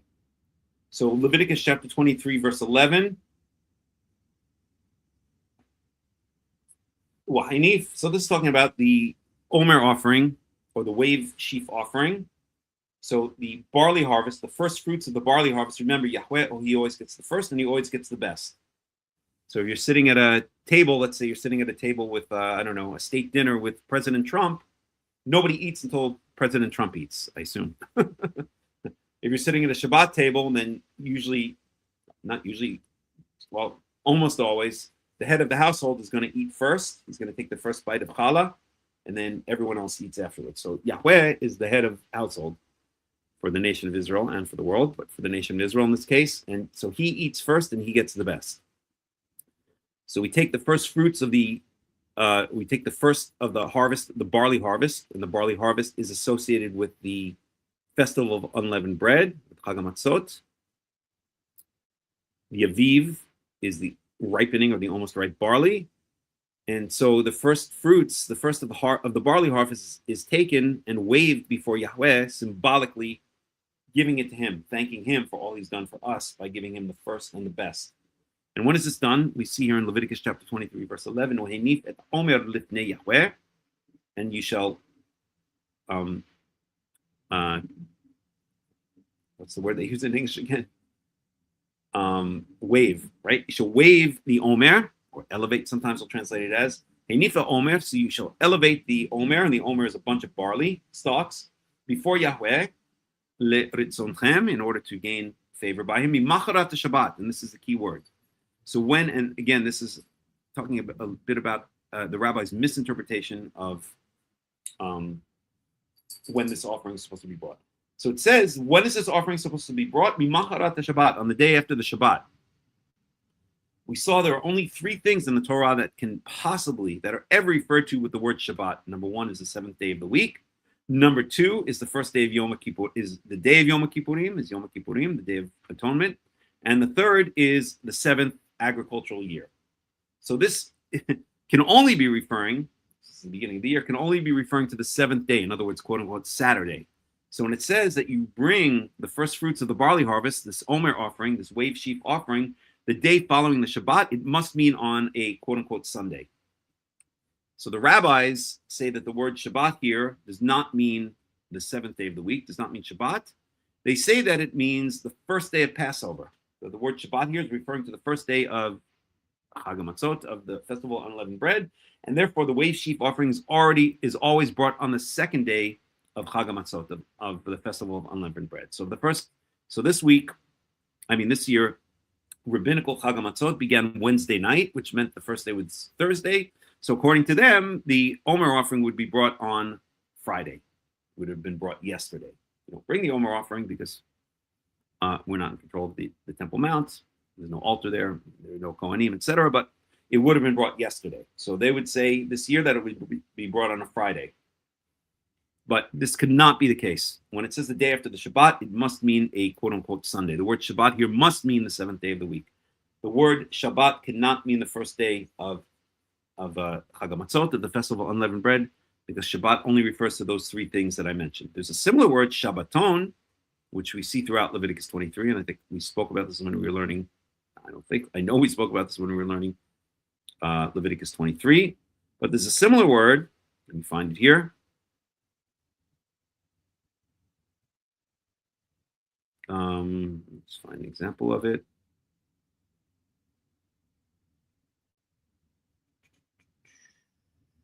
One second.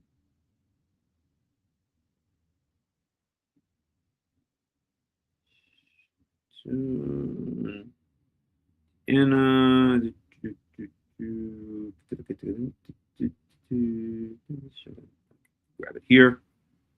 So the similar word, here's the word Shabbaton, but this is not a good example because it's speaking about the Yom Kippurim, which is also called the Shabbat. I'd like to find an example where the word Shabbaton is used.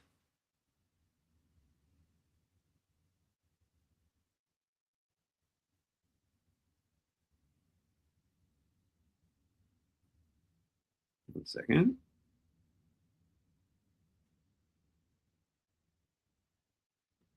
Yeah, there we go, 23, 24. So I should have looked one verse, a couple of verses before. So the Zikaron Teruah, or Yom Teruah, the day of noise making or the day of trumpets, is called the Shabbaton. But it's not called the Shabbat. Second, please. Right. In Sukkot,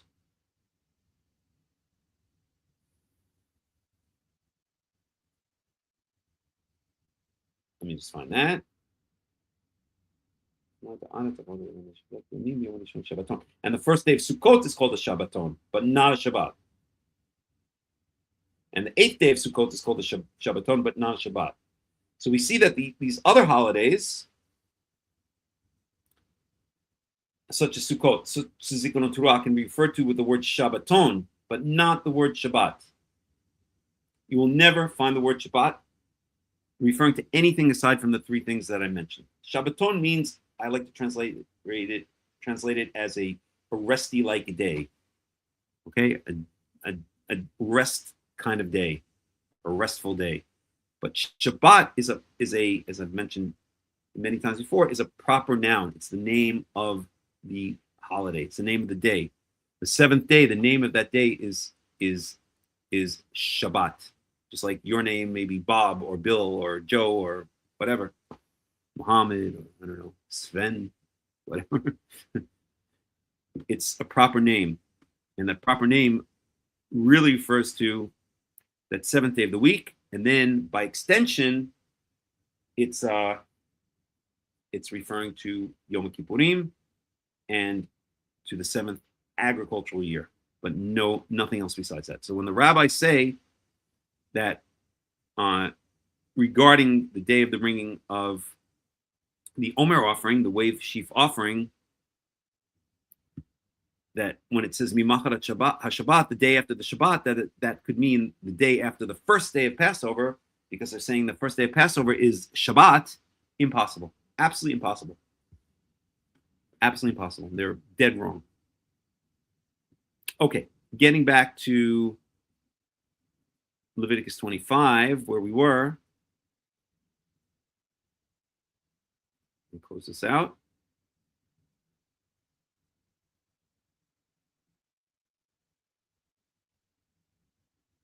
So the 7th agricultural year is also called the Shabbat because what's the similarity to the original Shabbat, meaning the base meaning of the 7th day? Because it occurs every 7 years.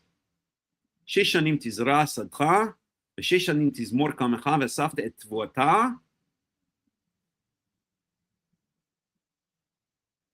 So for 6 years you shall plant your field, plant seeds in your field. For 6 years you shall prune your grapevines. And again, anyone who's ever raised grapevines or ever grown grapevines knows that they have to be pruned, or else you're not going to get a good yield of grapes. It'll just be too bushy, and the grapes won't grow well, or they won't be easy to pick, and they won't grow well. So for 6 years you shall plant seeds in your field. You shall prune your grapevines, and you shall ingather its produce, meaning the produce of the land. And in the 7th year shall be a Shabbat, a rest year, a year of rest. But Shabbat is the proper name. It shall be Shabbat, a year of rest. Shall be for the land. Shabbat Yahweh. It is a Shabbat to Yahweh. Satcha lo tizra v'karmecha lo tizmor. You shall not plant any seeds in your field, and you shall not prune your grapevines. And we're going to get back. We're going to see the language here is amazingly similar to the language of the 7th day Shabbat, deliberately so. This is a deliberate extension or deliberate, I won't say figurative meaning, but an extended meaning of the base meaning of Shabbat, which is the 7th day of the week. But let's go on and translate. So et safiyah tzircha lo tzor. So anything that is that grows on its own, of any grains that grow on their own in that 7th year, lo tiktzor, you shall not harvest, and this means harvest for your own purposes, for sale. Ve'invei nizirecha, and any grapes that grow on their own or that are left over, shall we say. Here the translation of your unattended vine. Lo titzor, you shall not ingather, you shall not gather. Shnat Shabbaton yela aretz. It's a year of rest for the land. So things are going to grow, right? If you don't plant barley seeds, wheat seeds, if you don't prune your grapevines that year, still you're going to get some barley that's grown, right? Seeds are going to be left over from last year, or stalks will regrow. I guess really that maybe that won't happen, but seeds will have fallen on the ground. You're going to get some growth, some barley, wheat growth, some fruit growth, some grape growth, and you're not allowed to harvest that and sell it. It's not for sale. So what do you do with it? Verse 6. And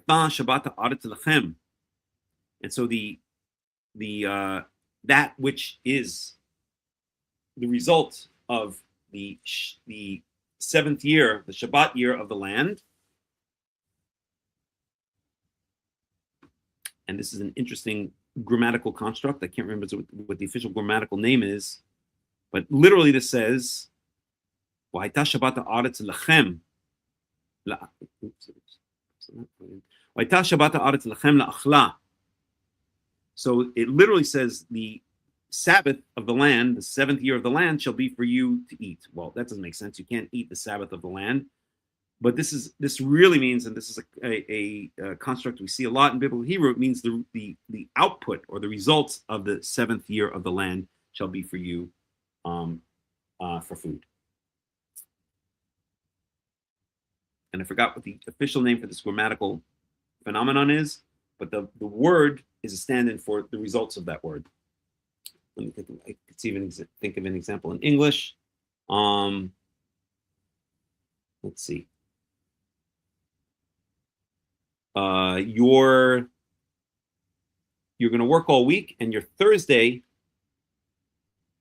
will pay for a new television. So obviously, it doesn't mean the day Thursday is going to pay for your new television. It means that which you make on Thursday is going to pay for a new television. That's kind of an example I could think of in English. Okay. At any rate, that which grows on its own during the seventh year is going to be for food.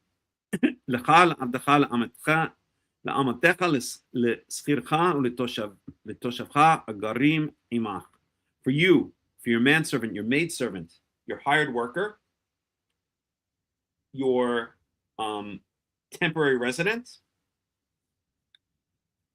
that lives among you. And for the domesticated animals and for the wild animals that are in your land, shall be all of the produce to eat. Okay. So basically, you're not allowed to harvest the produce on your own. You leave it, and all who need may come and take. The poor person, the servant, the slaves, the hired worker, the day worker, what we call a day laborer, the seasonal worker. That's what essentially toshav would be. Maybe sechircha would be more like a seasonal worker. Toshav would be kind of like a temporary resident. At any rate, these are all people who are not part of the nation of Israel. They're interlopers. Well, it's not true exactly. The Eved and the Amma are, but these are people who have a low status, who are not economically privileged or independent in the nation of Israel. And so therefore, basically this is saying for all of those who are disadvantaged, who are living in Israel or found in Israel, including the animals, okay, that's what this seventh year food is to be. You're not to take it, harvest it, and sell it at market. So the language here, and a lot of the language for the seventh year, the seventh agricultural year, which is called the Shabbat, is deliberately mimicking, or deliberately, I don't like to use the word mimic because that has kind of negative connotations, is deliberately referring to the language about Shabbat. And to show you that, I want to bring us to Exodus chapter 20, the Ten Commandments, and you'll see something very interesting.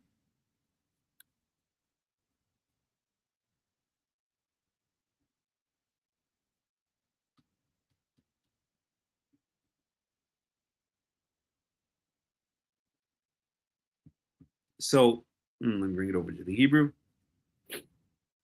So what do we see in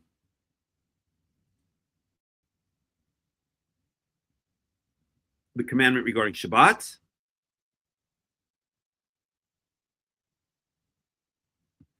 Okay, so Exodus chapter 20, verse 8 says, "Chored Yom HaShabbat ekadsho." So remember this, the day of the Shabbat, the seventh day of the week, and make it holy. To make it holy. Sheshit yamim ta'avod v'asita kol melachtecha. For 6 days you shall work and do all of your tasks, your necessary tasks. V'yom hashvi'i Shabbat liYahweh Elohecha. But the seventh day is a Shabbat. Again, we see it's a proper name of the day, to Yahweh your God. Lo ta'aseh kol melacha. You shall not do any unnecessary tasks, any work. Ata uvincha bitecha, you, your son, your daughter, abdecha ma'amatcha, your male servant, your female servant, behemtecha, and your animal, your domesticated animals, megircha asher b'sharecha, and your convert, for lack of a better word, that lives among you, lives in your gates. Okay? Let's compare this language here with the language in Leviticus chapter 25, starting in verse 3. And let's look at the deliberate comparison that the Torah is making. So for 6 years, you shall plant your fields, plant seeds in your field. You shall prune your grapevines, and you shall gather the produce of the land. For 6 years, you shall do that. Here in Exodus 20, for 6 days, you shall work and do all of your tasks. 6 years, you shall do all this to the land, plant, prune, etc. 6 days, you shall do all of your work. Uvashana shvi'it Shabbat Shabbaton ye'el haaretz. But in the seventh year, it shall be a Shabbat, a year of rest for the land. Uvayom shvi'i Shabbat liYahweh Elohecha. And in the seventh day, it shall be a Shabbat to Yahweh your God. It's the same language. Not quite word for word, but almost. Okay? And here we have Shabbat liYahweh. Here we have Shabbat. Here we have Shabbat liYahweh. Seventh year shall be a Shabbat liYahweh. The seventh day shall be Shabbat liYahweh. Seventh day is a Shabbat liYahweh. Here we have the seventh year. In the seventh year, it's a Shabbat liYahweh. It's a Shabbat to Yahweh. Okay? Lo ta'aseh kol melacha. You shall not do any work. In Leviticus 25, regarding the seventh agricultural year, you shall not plant seeds in your field, and you shall not prune your grapevines. And you shall not and you shall not take any of the grains that grow on their own. And you shall not take any of the grapes that grow on their own. Okay, Shanat Shabbaton Yeh La'aretz. It's a year of rest for the land. So far you see the parallelism, and then Exodus 20, speaking about the seventh day.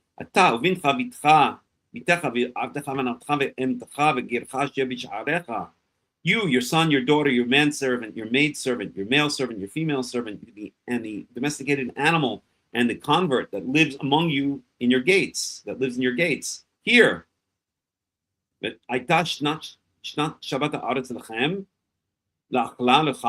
this shall be this seventh agricultural year. What does grow during that seventh agricultural year on its own shall be for you, and your manservant, and your maid, and your female servant, and the day laborer, and the temporary resident that lives among you. It's the same language, deliberately. Just as we don't work on the seventh day. In Exodus 20, we don't work on the seventh day, so that our son, our daughter, our servants, our animals, and those who live temporarily among us, like here, I think in this case is permanent, but those who live among us, who are not native-born Israelites, so that they don't have to work.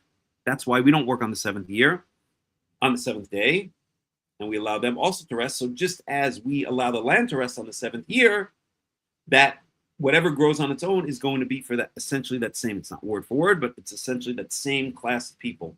All of those who are underprivileged, the poor, the widow, the orphan, the slave, the maidservant, the animals, that leftover, that produce that grows on its own is going to be for them, right? So we see deliberately the language, the parallelism or the imitation in Leviticus 25 of the 7th agricultural year, the Shabbat year, to the language that's used in Exodus 20 for the 7th day of the week, the day of rest, the Shabbat day. And it's deliberate. That's why the 7th agricultural year can be called the Shabbat, because it's using that same 7-year cycle, and this is a 7-year cycle, but it's imitating that 7-day cycle. And on that seventh, just as on the 7th day cycle, we rest, and our sons, daughters, manservants, maidservants, etc. rest. On the 7th agricultural year, the land rests, and ourselves, who also need to eat, but also our servants, our temporary residents, our day laborers, our animals, they eat the produce of the land, right? It's a deliberate extension or comparison to the original Shabbat, which is the 7th day of the week, right? You see how beautiful that is? That's why you can call the 7th agricultural year a Shabbat. That's why you can call Yom Kippurim a Shabbat, because on Yom Kippurim there's a strict cessation of work. But you cannot, just to go back to what I was saying before about the Omer offering, you can never, it's impossible, it's inconceivable that you can call the first day of Chag HaMatzot the Shabbat. You can call the Shabbaton, you cannot call the Shabbat, because there's no complete cessation from work. There's no seven cycle of 7. There's none of those elements. Okay. So, any questions, any comments about this so far?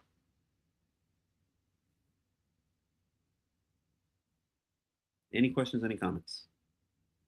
All right, so I want to bring up one relevant archaeological find. Maybe I should have done this as the biblical archaeological find for the day, but we'll do it now, and that's called the Gezer calendar.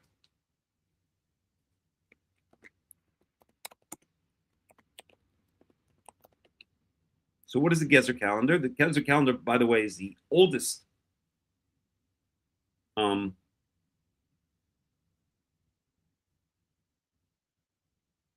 one of the oldest, but basically the oldest. Well, it's not clear if it's Hebrew.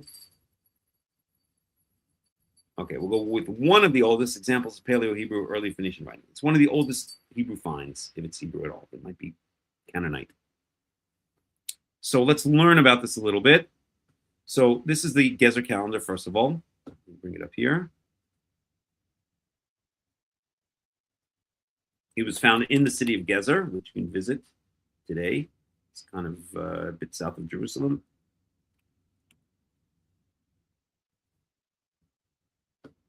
They've excavated. You can visit the ancient city of Gezer, which has been excavated. And there it is. So it's a tablet with Paleo-Hebrew writing chiseled into it. It's stone. Okay. So the full text translation, the inscription lists an annual cycle of agricultural activities divided into monthly or bi-monthly periods. It likely begins around the month of September, October, Tishrei. So 2 months of harvest, 2 months of sowing, 2 months of late planting, 2 months of hoeing flax, 1 month of harvesting barley, 1 month of harvest and measuring wheat, 2 months of vine pruning, grapes, and 1 month of summer fruit, figs. Okay? So let's read a little bit about it. God, I hate this. It pops up, but no big deal. So scholars debate the tablet's exact function, but common theories from Wikipedia and the Jewish Virtual Library include, so it's usually known as this first one, a schoolboy exercise. The crude rudimentary style of the letters and the repetitive structure suggests it may have been a mnemonic device or writing practice. It doesn't matter, actually. None of this matters. Let's see. Yes, that's what we want. Just click on this. No. So how these ancient seasons align with the modern Hebrew calendar months.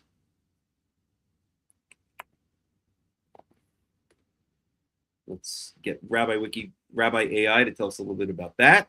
And then we'll go back and see what the significance is and its relevance to the agricultural year. So the Gezer calendar begins in the autumn, aligning with the civil start of the year, rather than the spring-based religious calendar for counting festivals like Passover. So I'm going to talk a bit about more about this in a second. So this in no way, shape, or form implies that the new year starts in the fall. In fact, well, we'll talk about it when we get further into Leviticus chapter 25. Because we're going to see a specific phrase, and then we can relate back to the Gezer calendar. If not this week, we'll do it next year. So because the tablet identifies agricultural tasks rather than naming months, scholars from the blah, blah, blah have mapped into the modern Hebrew Gregorian calendar. We already saw this. At any rate, 2 months of gathering, that's where it starts. September to November. 2 months of sowing, and that's going to be November through January. 2 months of late planting. 1 month of reaping flax. 1 month of barley harvest. 1 month of wheat harvest. 2 months of vine pruning, and 1 month of summer fruits. Okay. We'll read a little bit more. We'll just read to the bottom of this part here. So key observations: the first month, the calendar starts with the olive harvest, the Sif, which corresponds to the biblical feast of ingathering Sukkot, held in the 7th month Tishrei. The month of reaping flax corresponds to Nisan. This aligns with Exodus 9:31, which notes that during the plague of hail, the flax was already in blossom while the barley was in the ear. So a dual year, this 10th century BCE system predates the adoption of Babylonian month names like Tishrei and Nisan that occurred after the exile. It reflects a strictly solar agricultural cycle used by the Israelites to manage their land and taxes. Okay, so we get the idea. Let's put this aside for a moment. That's the Gezer calendar, and we'll see exactly what its significance is if we get to it today. If not, then we'll do it next year. I mean, not next year, next week.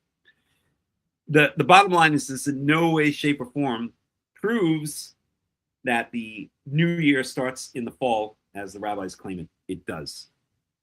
In fact, I saw a very interesting lecture. Unfortunately, it's in Hebrew, so I can't share the link unless you know Hebrew. Text me, and I'll send it to you. About the history of the Hebrew calendar, stating that it was essentially in the Greek period that the rabbis or the Pharisees switched over to a calendar that begins in the fall and invented their false holiday of Rosh Hashanah, which is really our holiday of Yom Teruah.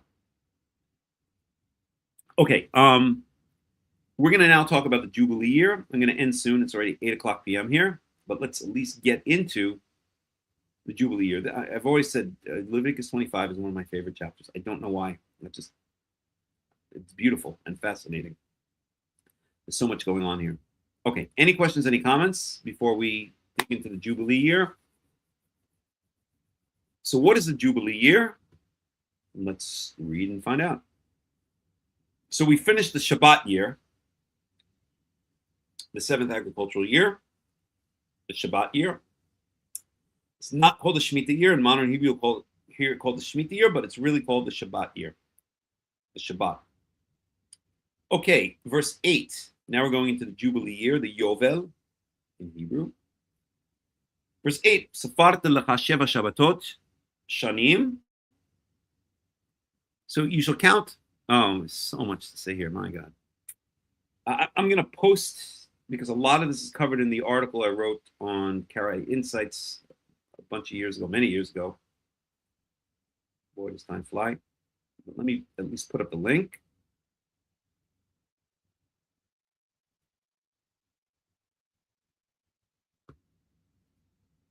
So you want more information about a lot of these things that we're talking about right now, you can read this article on your free time. I'll post the link.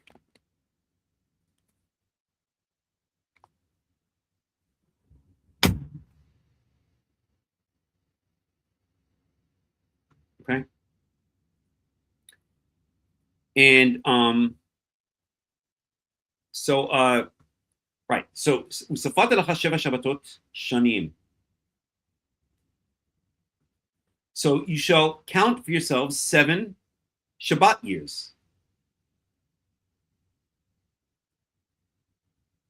So what's a Shabbat year? We know what a Shabbat year is.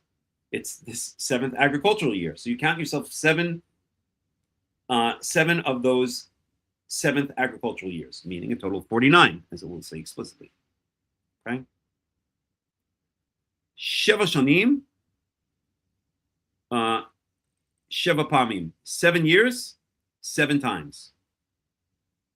Does this remind you of anything? If it doesn't, it will in a second. Hayu lecha yemei sheva Shabbatot ashanim tesha v'arba'im shana. And it shall be for you the days of the 7 Shabbat years, or Shabbats of years, really Shabbat years, tesha v'arba'im shana, 49 years. Okay, let's go back to Leviticus 23, and I'll just do it in the English to make it go more quickly. And we're going to see how brilliant, I mean, it's the whole cycle, the system is so brilliant. So let's talk about the festival of Shavuot, the festival of weeks. I'm going to read it very quickly in the English. From the day after the Shabbat, the day you brought the Omer offering, the sheaf of the wave offering, count 7 full weeks. Count off 50 days up to the day after the 7th Shabbat. So you're counting 7 cycles of Shabbats. We bring the Omer offering on the day after the Shabbat. Which Shabbat? That's another discussion we won't get into right now. But the day after the Shabbat, meaning on Sunday, you bring the Omer offering, the first fruits of the barley offering we bring to God, Yahweh. Then we count off 7 more Shabbats. So that's a total of 49 days from that original Shabbat. And the following day, which is going to be a Sunday again,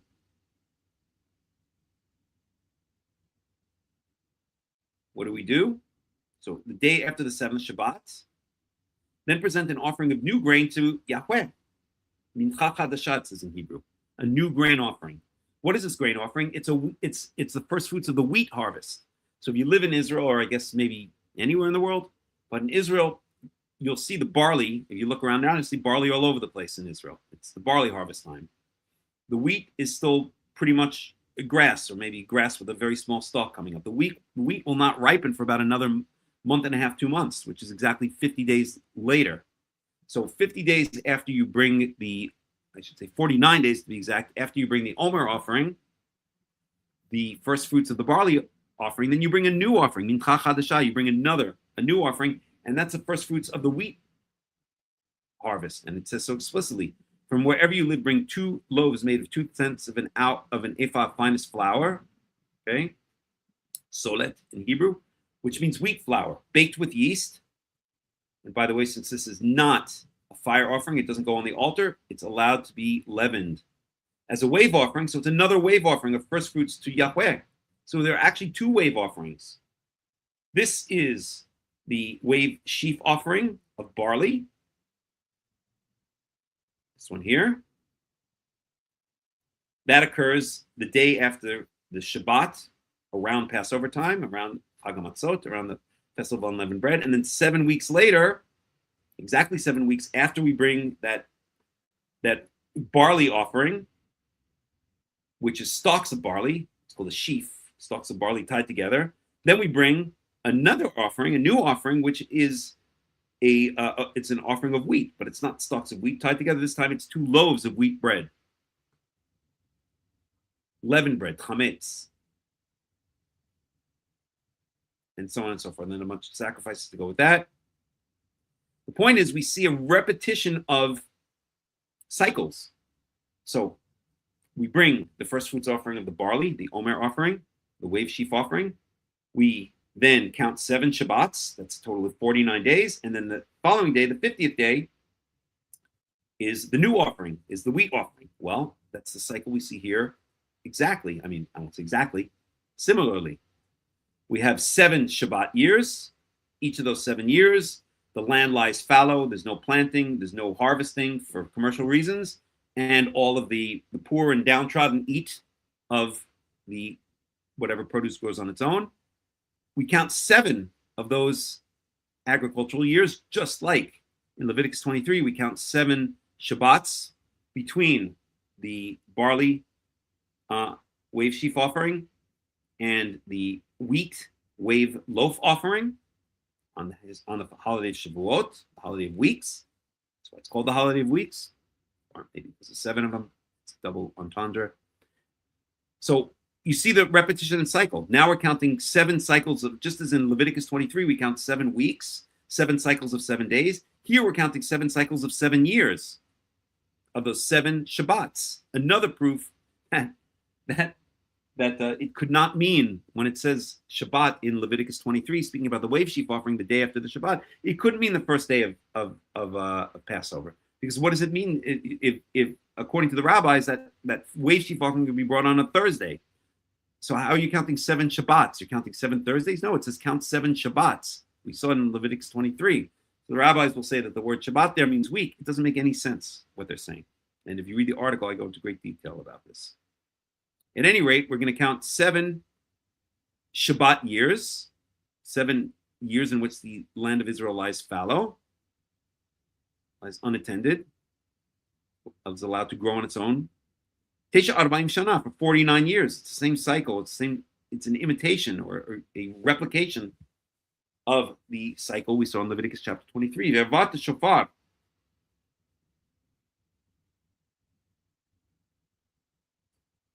תרועה בחודש השביעי בעשור לחודש ביום הכיפורים תעבירו שופר בכל ארצכם. So you shall, this is so beautiful, it just blows me away. So in that 49th year, which is going to be that 7th agricultural Shabbat, that 7th Shabbat year, ve'avat shofar teruah, you shall cause to pass around. Basically, you're going to blast a shofar teruah, a loud shofar, or a noise-making shofar. You're going to blast the shofar. What is a shofar? A shofar is a ram's horn. Okay, let's get a picture. I'm sure you guys have all seen it, but what is a shofar? Shofar.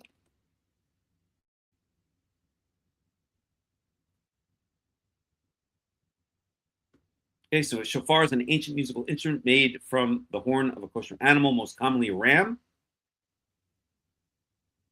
I guess it doesn't technically have to be a ram, but traditionally it's a ram. And there, it's a ram's horn. You can see them all over Israel today because still, even though the rabbis made up this idea of the first day of the 7th biblical month being Rosh Hashanah, being the beginning of the new year, which I will debunk, if not this week, I will clearly debunk it next week, that nonetheless, they still consider it Yom Zikaron Teruah, Yom Teruah, the day of blasting on the shofar. So at any rate, on Yom Kippurim of this 7th agricultural Shabbat, the 7th Shabbat year, you shall blast on a shofar throughout your land. The Chodesh HaShvi'i, on the 7th month, Asor LaChodesh, on the 10th day, Yom Kippurim, on the day of atonement. Ta'aviru shofar b'chol atzachem. You shall make the shofar, the blast of the ram's horn, be heard throughout all of your land. And by the way, you can hear this if you ever are in Israel, on Yom Teruah, on the first day of the 7th month. Of course, the rabbis might do it differently from the biblical day, but the rabbinical first day of the 7th month, you'll hear shofars all over Israel. So you can actually hear what this sounds like if you come to Israel in September, more or less. It's not a hamishim shana. Shana ukratem dror ba'aretz l'chol yoshveha.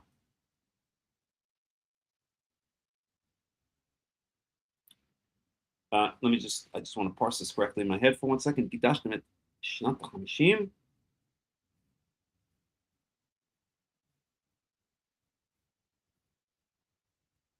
Right. So you shall sanctify the 50th year, and I'm going to talk about exactly what that 50th year means. And then we're going to see how that relates to the Gezer calendar. And we're going to see how this debunks the rabbi's idea of Rosh Hashanah, of the new year coming out in the fall. We're going to see how stupid they are, how stupid they sound when they try to imply that, and how they misinterpret the Torah or read into the Torah or over-literalize the Torah. Again, as I always say, it's ironic that the rabbis accuse the Karaites of over-literalizing the Torah when it's the rabbis that consistently do it. And the most famous example is tefillin, phylacteries. You know what that is. I won't get into it right now. Okay. So you shall sanctify, you shall make holy or declare holy the 50th, the 50th year count. ba'aretz l'chol yoshveha, and you should declare freedom in your land for all its inhabitants. So this is a famous quote. Does anyone know where you see this quote in English? You should declare freedom throughout your land. Where does that appear in American history? Well, let's take a look. You guys ever hear of the Liberty Bell? Remember, it was almost like mandatory every couple of years when I was in elementary school. We used to take a trip down to Philadelphia. I grew up in the suburbs of New York, and we had to take a trip down to Philadelphia every couple of years to visit the Liberty Bell. It was very interesting. So Liberty Bell, what does it say on the Liberty Bell? You can get a good picture of it. Let's see if this works. Oh boy, that didn't work out too well. Images.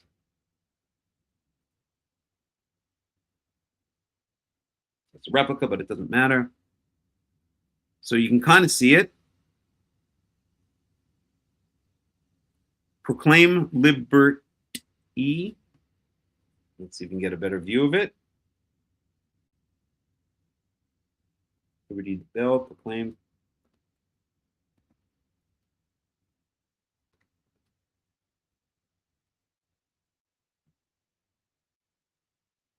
Maybe this is a better view of it.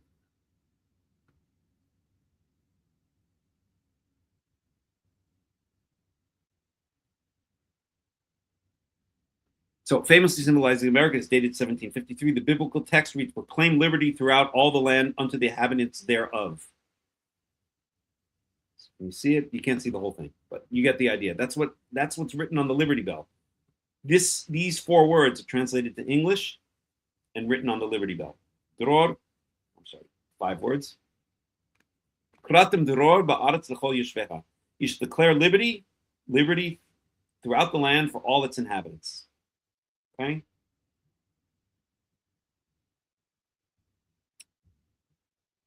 Alrighty. I think I'm going to end in a couple minutes and we'll pick it up next week. So,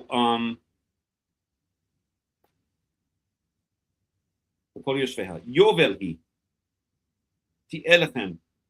So this is the Jubilee year. This is usually translated as Jubilee year, but let's get a better idea of what this word really means. Okay, so it's usually just transliterated. Yovel and Jubilee are the same word. Vel, ba, Yovel, Jubilee, right? Yovel, Jubilee. It's the same word. So it's usually not translated. It's just transliterated.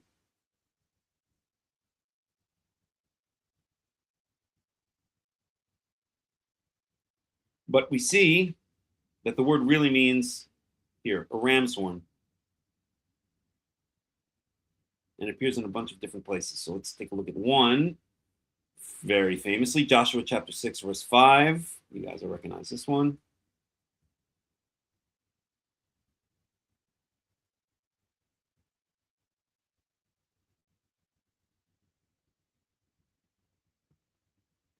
And the walls came tumbling down, and so on and so forth.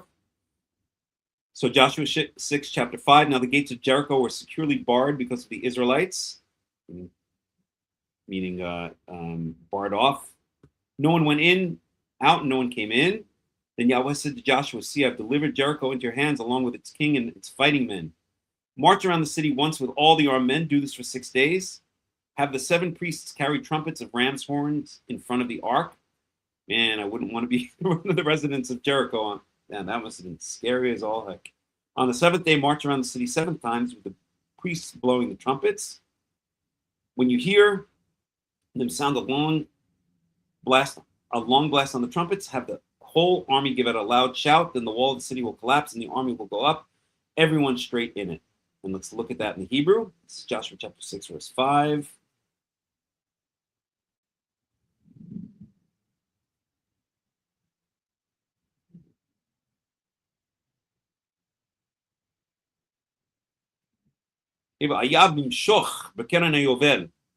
See the same word here. So literally this means, and it shall be when there is a long blast, or the blast is extended, bimshoch, when there's an extension of the Bekeren Yovel, or when there's a long blast on Bekeren. Keren means horn. In fact, the word horn can be traced back to this etymologically to the word keren, keren, horn, corn, keren, corn, horn. And I'm not making it up. That can actually be traced back through the various languages. So the word horn comes from this Hebrew word keren. So and keren means a horn. So on the horn of the Hayovel, of the Jubilee, and here they translate it as the ram, or the ram's horn. So when there's a long blast on the ram's horn, right? So that it means a ram's horn. So Yovel is specifically a ram's horn. Okay.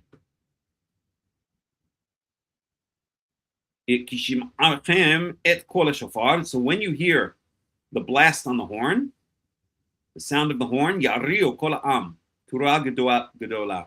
the entire nation shall raise up its voice and make a huge shout and make a huge amount of noise. This is talking about with their own voices, because they didn't all have ram's horns. So we get the picture. And that seventh day, the ram's horn is blasted. And what's the name for ram's horn? Yovel, on the Jubilee. So when there's a long blast on the Jubilee horn, so Jubilee, we said, means the ram's horn specifically. Shofar means just an animal horn, which is traditionally a Yovel. So a Yovel, a Jubilee, is a type of shofar. It's a subset of shofar. And a shofar is a general term for any animal horn that's blasted on, whereas the Yovel or Jubilee is the ram's horn that's blasted on. So you make a huge shout, a huge amount of noise, and the walls shall come tumbling down. Literally, it says the walls of the city shall fall down upon themselves. And each person shall go up with the other person. In other words, then all of you will go up and conquer the city. Okay, so we see the word Yovel, Jubilee. So we know now what Jubilee means. Okay, Yovel hi ti'elechem. So it shall be the Jubilee year. Because why? Because on that seventh day, on the 10th day of that seventh month, this is blasting, is the blasting on the ram's horn, on the shofar, on the animal horn. Now we know it's the ram's horn because it's called the Yovel, which is the blasting on the ram's horn. So that next year, the 50th year, is going to be the Jubilee year, or the horn, the blasting on the ram, the year of blasting on the ram's horn, or the year after the blasting on the ram's horn. That's really what it means. Okay, so it should be the Jubilee year for you. B'shaftim ish el achuzato ish el mishpachto tashuvu, and each person returns to his land inheritance. Okay, I'm going to stop here because I want to do this justice, and there's so much going on here. And in fact, this is proof, and we're going to take into account the Gezer calendar next year. This is proof that the year starts in the spring, and the Gezer calendar will prove this to us. This is these verses are brilliant proof that the year starts in the spring, not in the fall. The rabbis will actually use these verses to try to say that it starts in the fall, but they're misinterpreting the verses. They're idiots. They're a bunch of idiots. I'm sorry to say, but they really are. Okay, we're going to stop here. We've been going at it for about 3 hours. It's late here. It's 8:20 p.m. and I want to wind down for the day. I want to make some dinner for myself. So let's pick it up next week.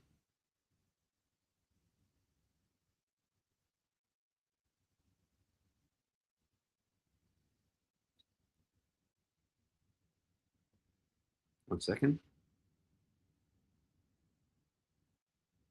So, any questions, any comments before we end it for the day? Anybody? Going once, going twice, going thrice. I see Daniel's prophecy. I'm not sure what you're referring to there. Mehmet Toglu DR7PF, but whatever it is, ask me next week, and maybe we can get into it. Anybody else? Last opportunity for questions, comments. If not, then I thank you for joining me. Once again, I'll just give a quick plug. We are working on a bunch of projects. So we have already set up a Karaite community here in the Golan Heights. We had a Karaite Seder last night. It was beautiful.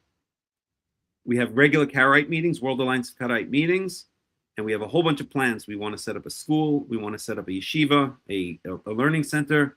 We want to start publishing a lot of material.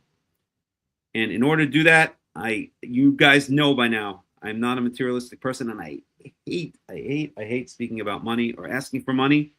But what's the quote? No, I'm not going to say it.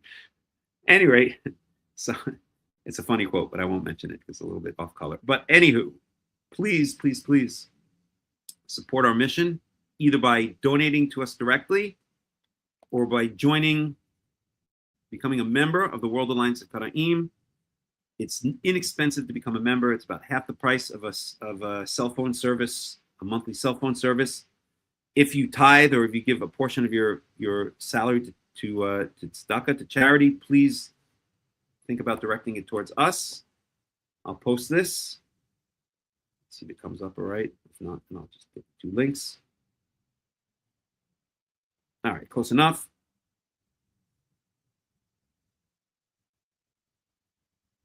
Oops, it's being cut off.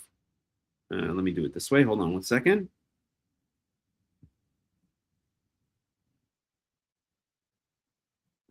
Just give me 1 second. I'll try this one more time.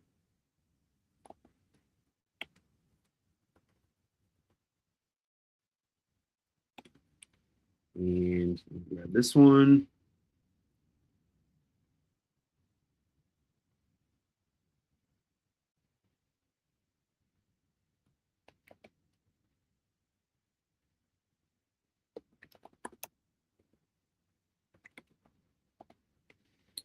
This will work a little bit better. There we go. Those are the 2 links. Okay. So to donate or to become a member, please do. We really, really want to do great things. And we can't do it without, we have to live in the real world. We can't do it without financial support. So if you haven't done so already, if you find that you get a lot out of our teachings, and you guys know, anyone who knows me knows I am not a materialistic person. This is not going to go to a private jet or a BMW. Well, maybe a BMW, but not a private jet, I promise. I'm joking, obviously. But it's really helpful, okay? The more donations I get, then the less I can focus on my day job, which unfortunately I still have to do, computer programming, computer consulting, and the more I can start focusing full-time on the World Alliance of Qara'im, and that's the goal. I want to be focusing full-time. Once I get to the point where I can focus full-time on the World Alliance of Qara'im, then we can do some amazing things, okay? Already, I'm trying to use as much of my time as I can to do these things. You guys know my dedication. I've been doing this for 25 years. Never have I wavered.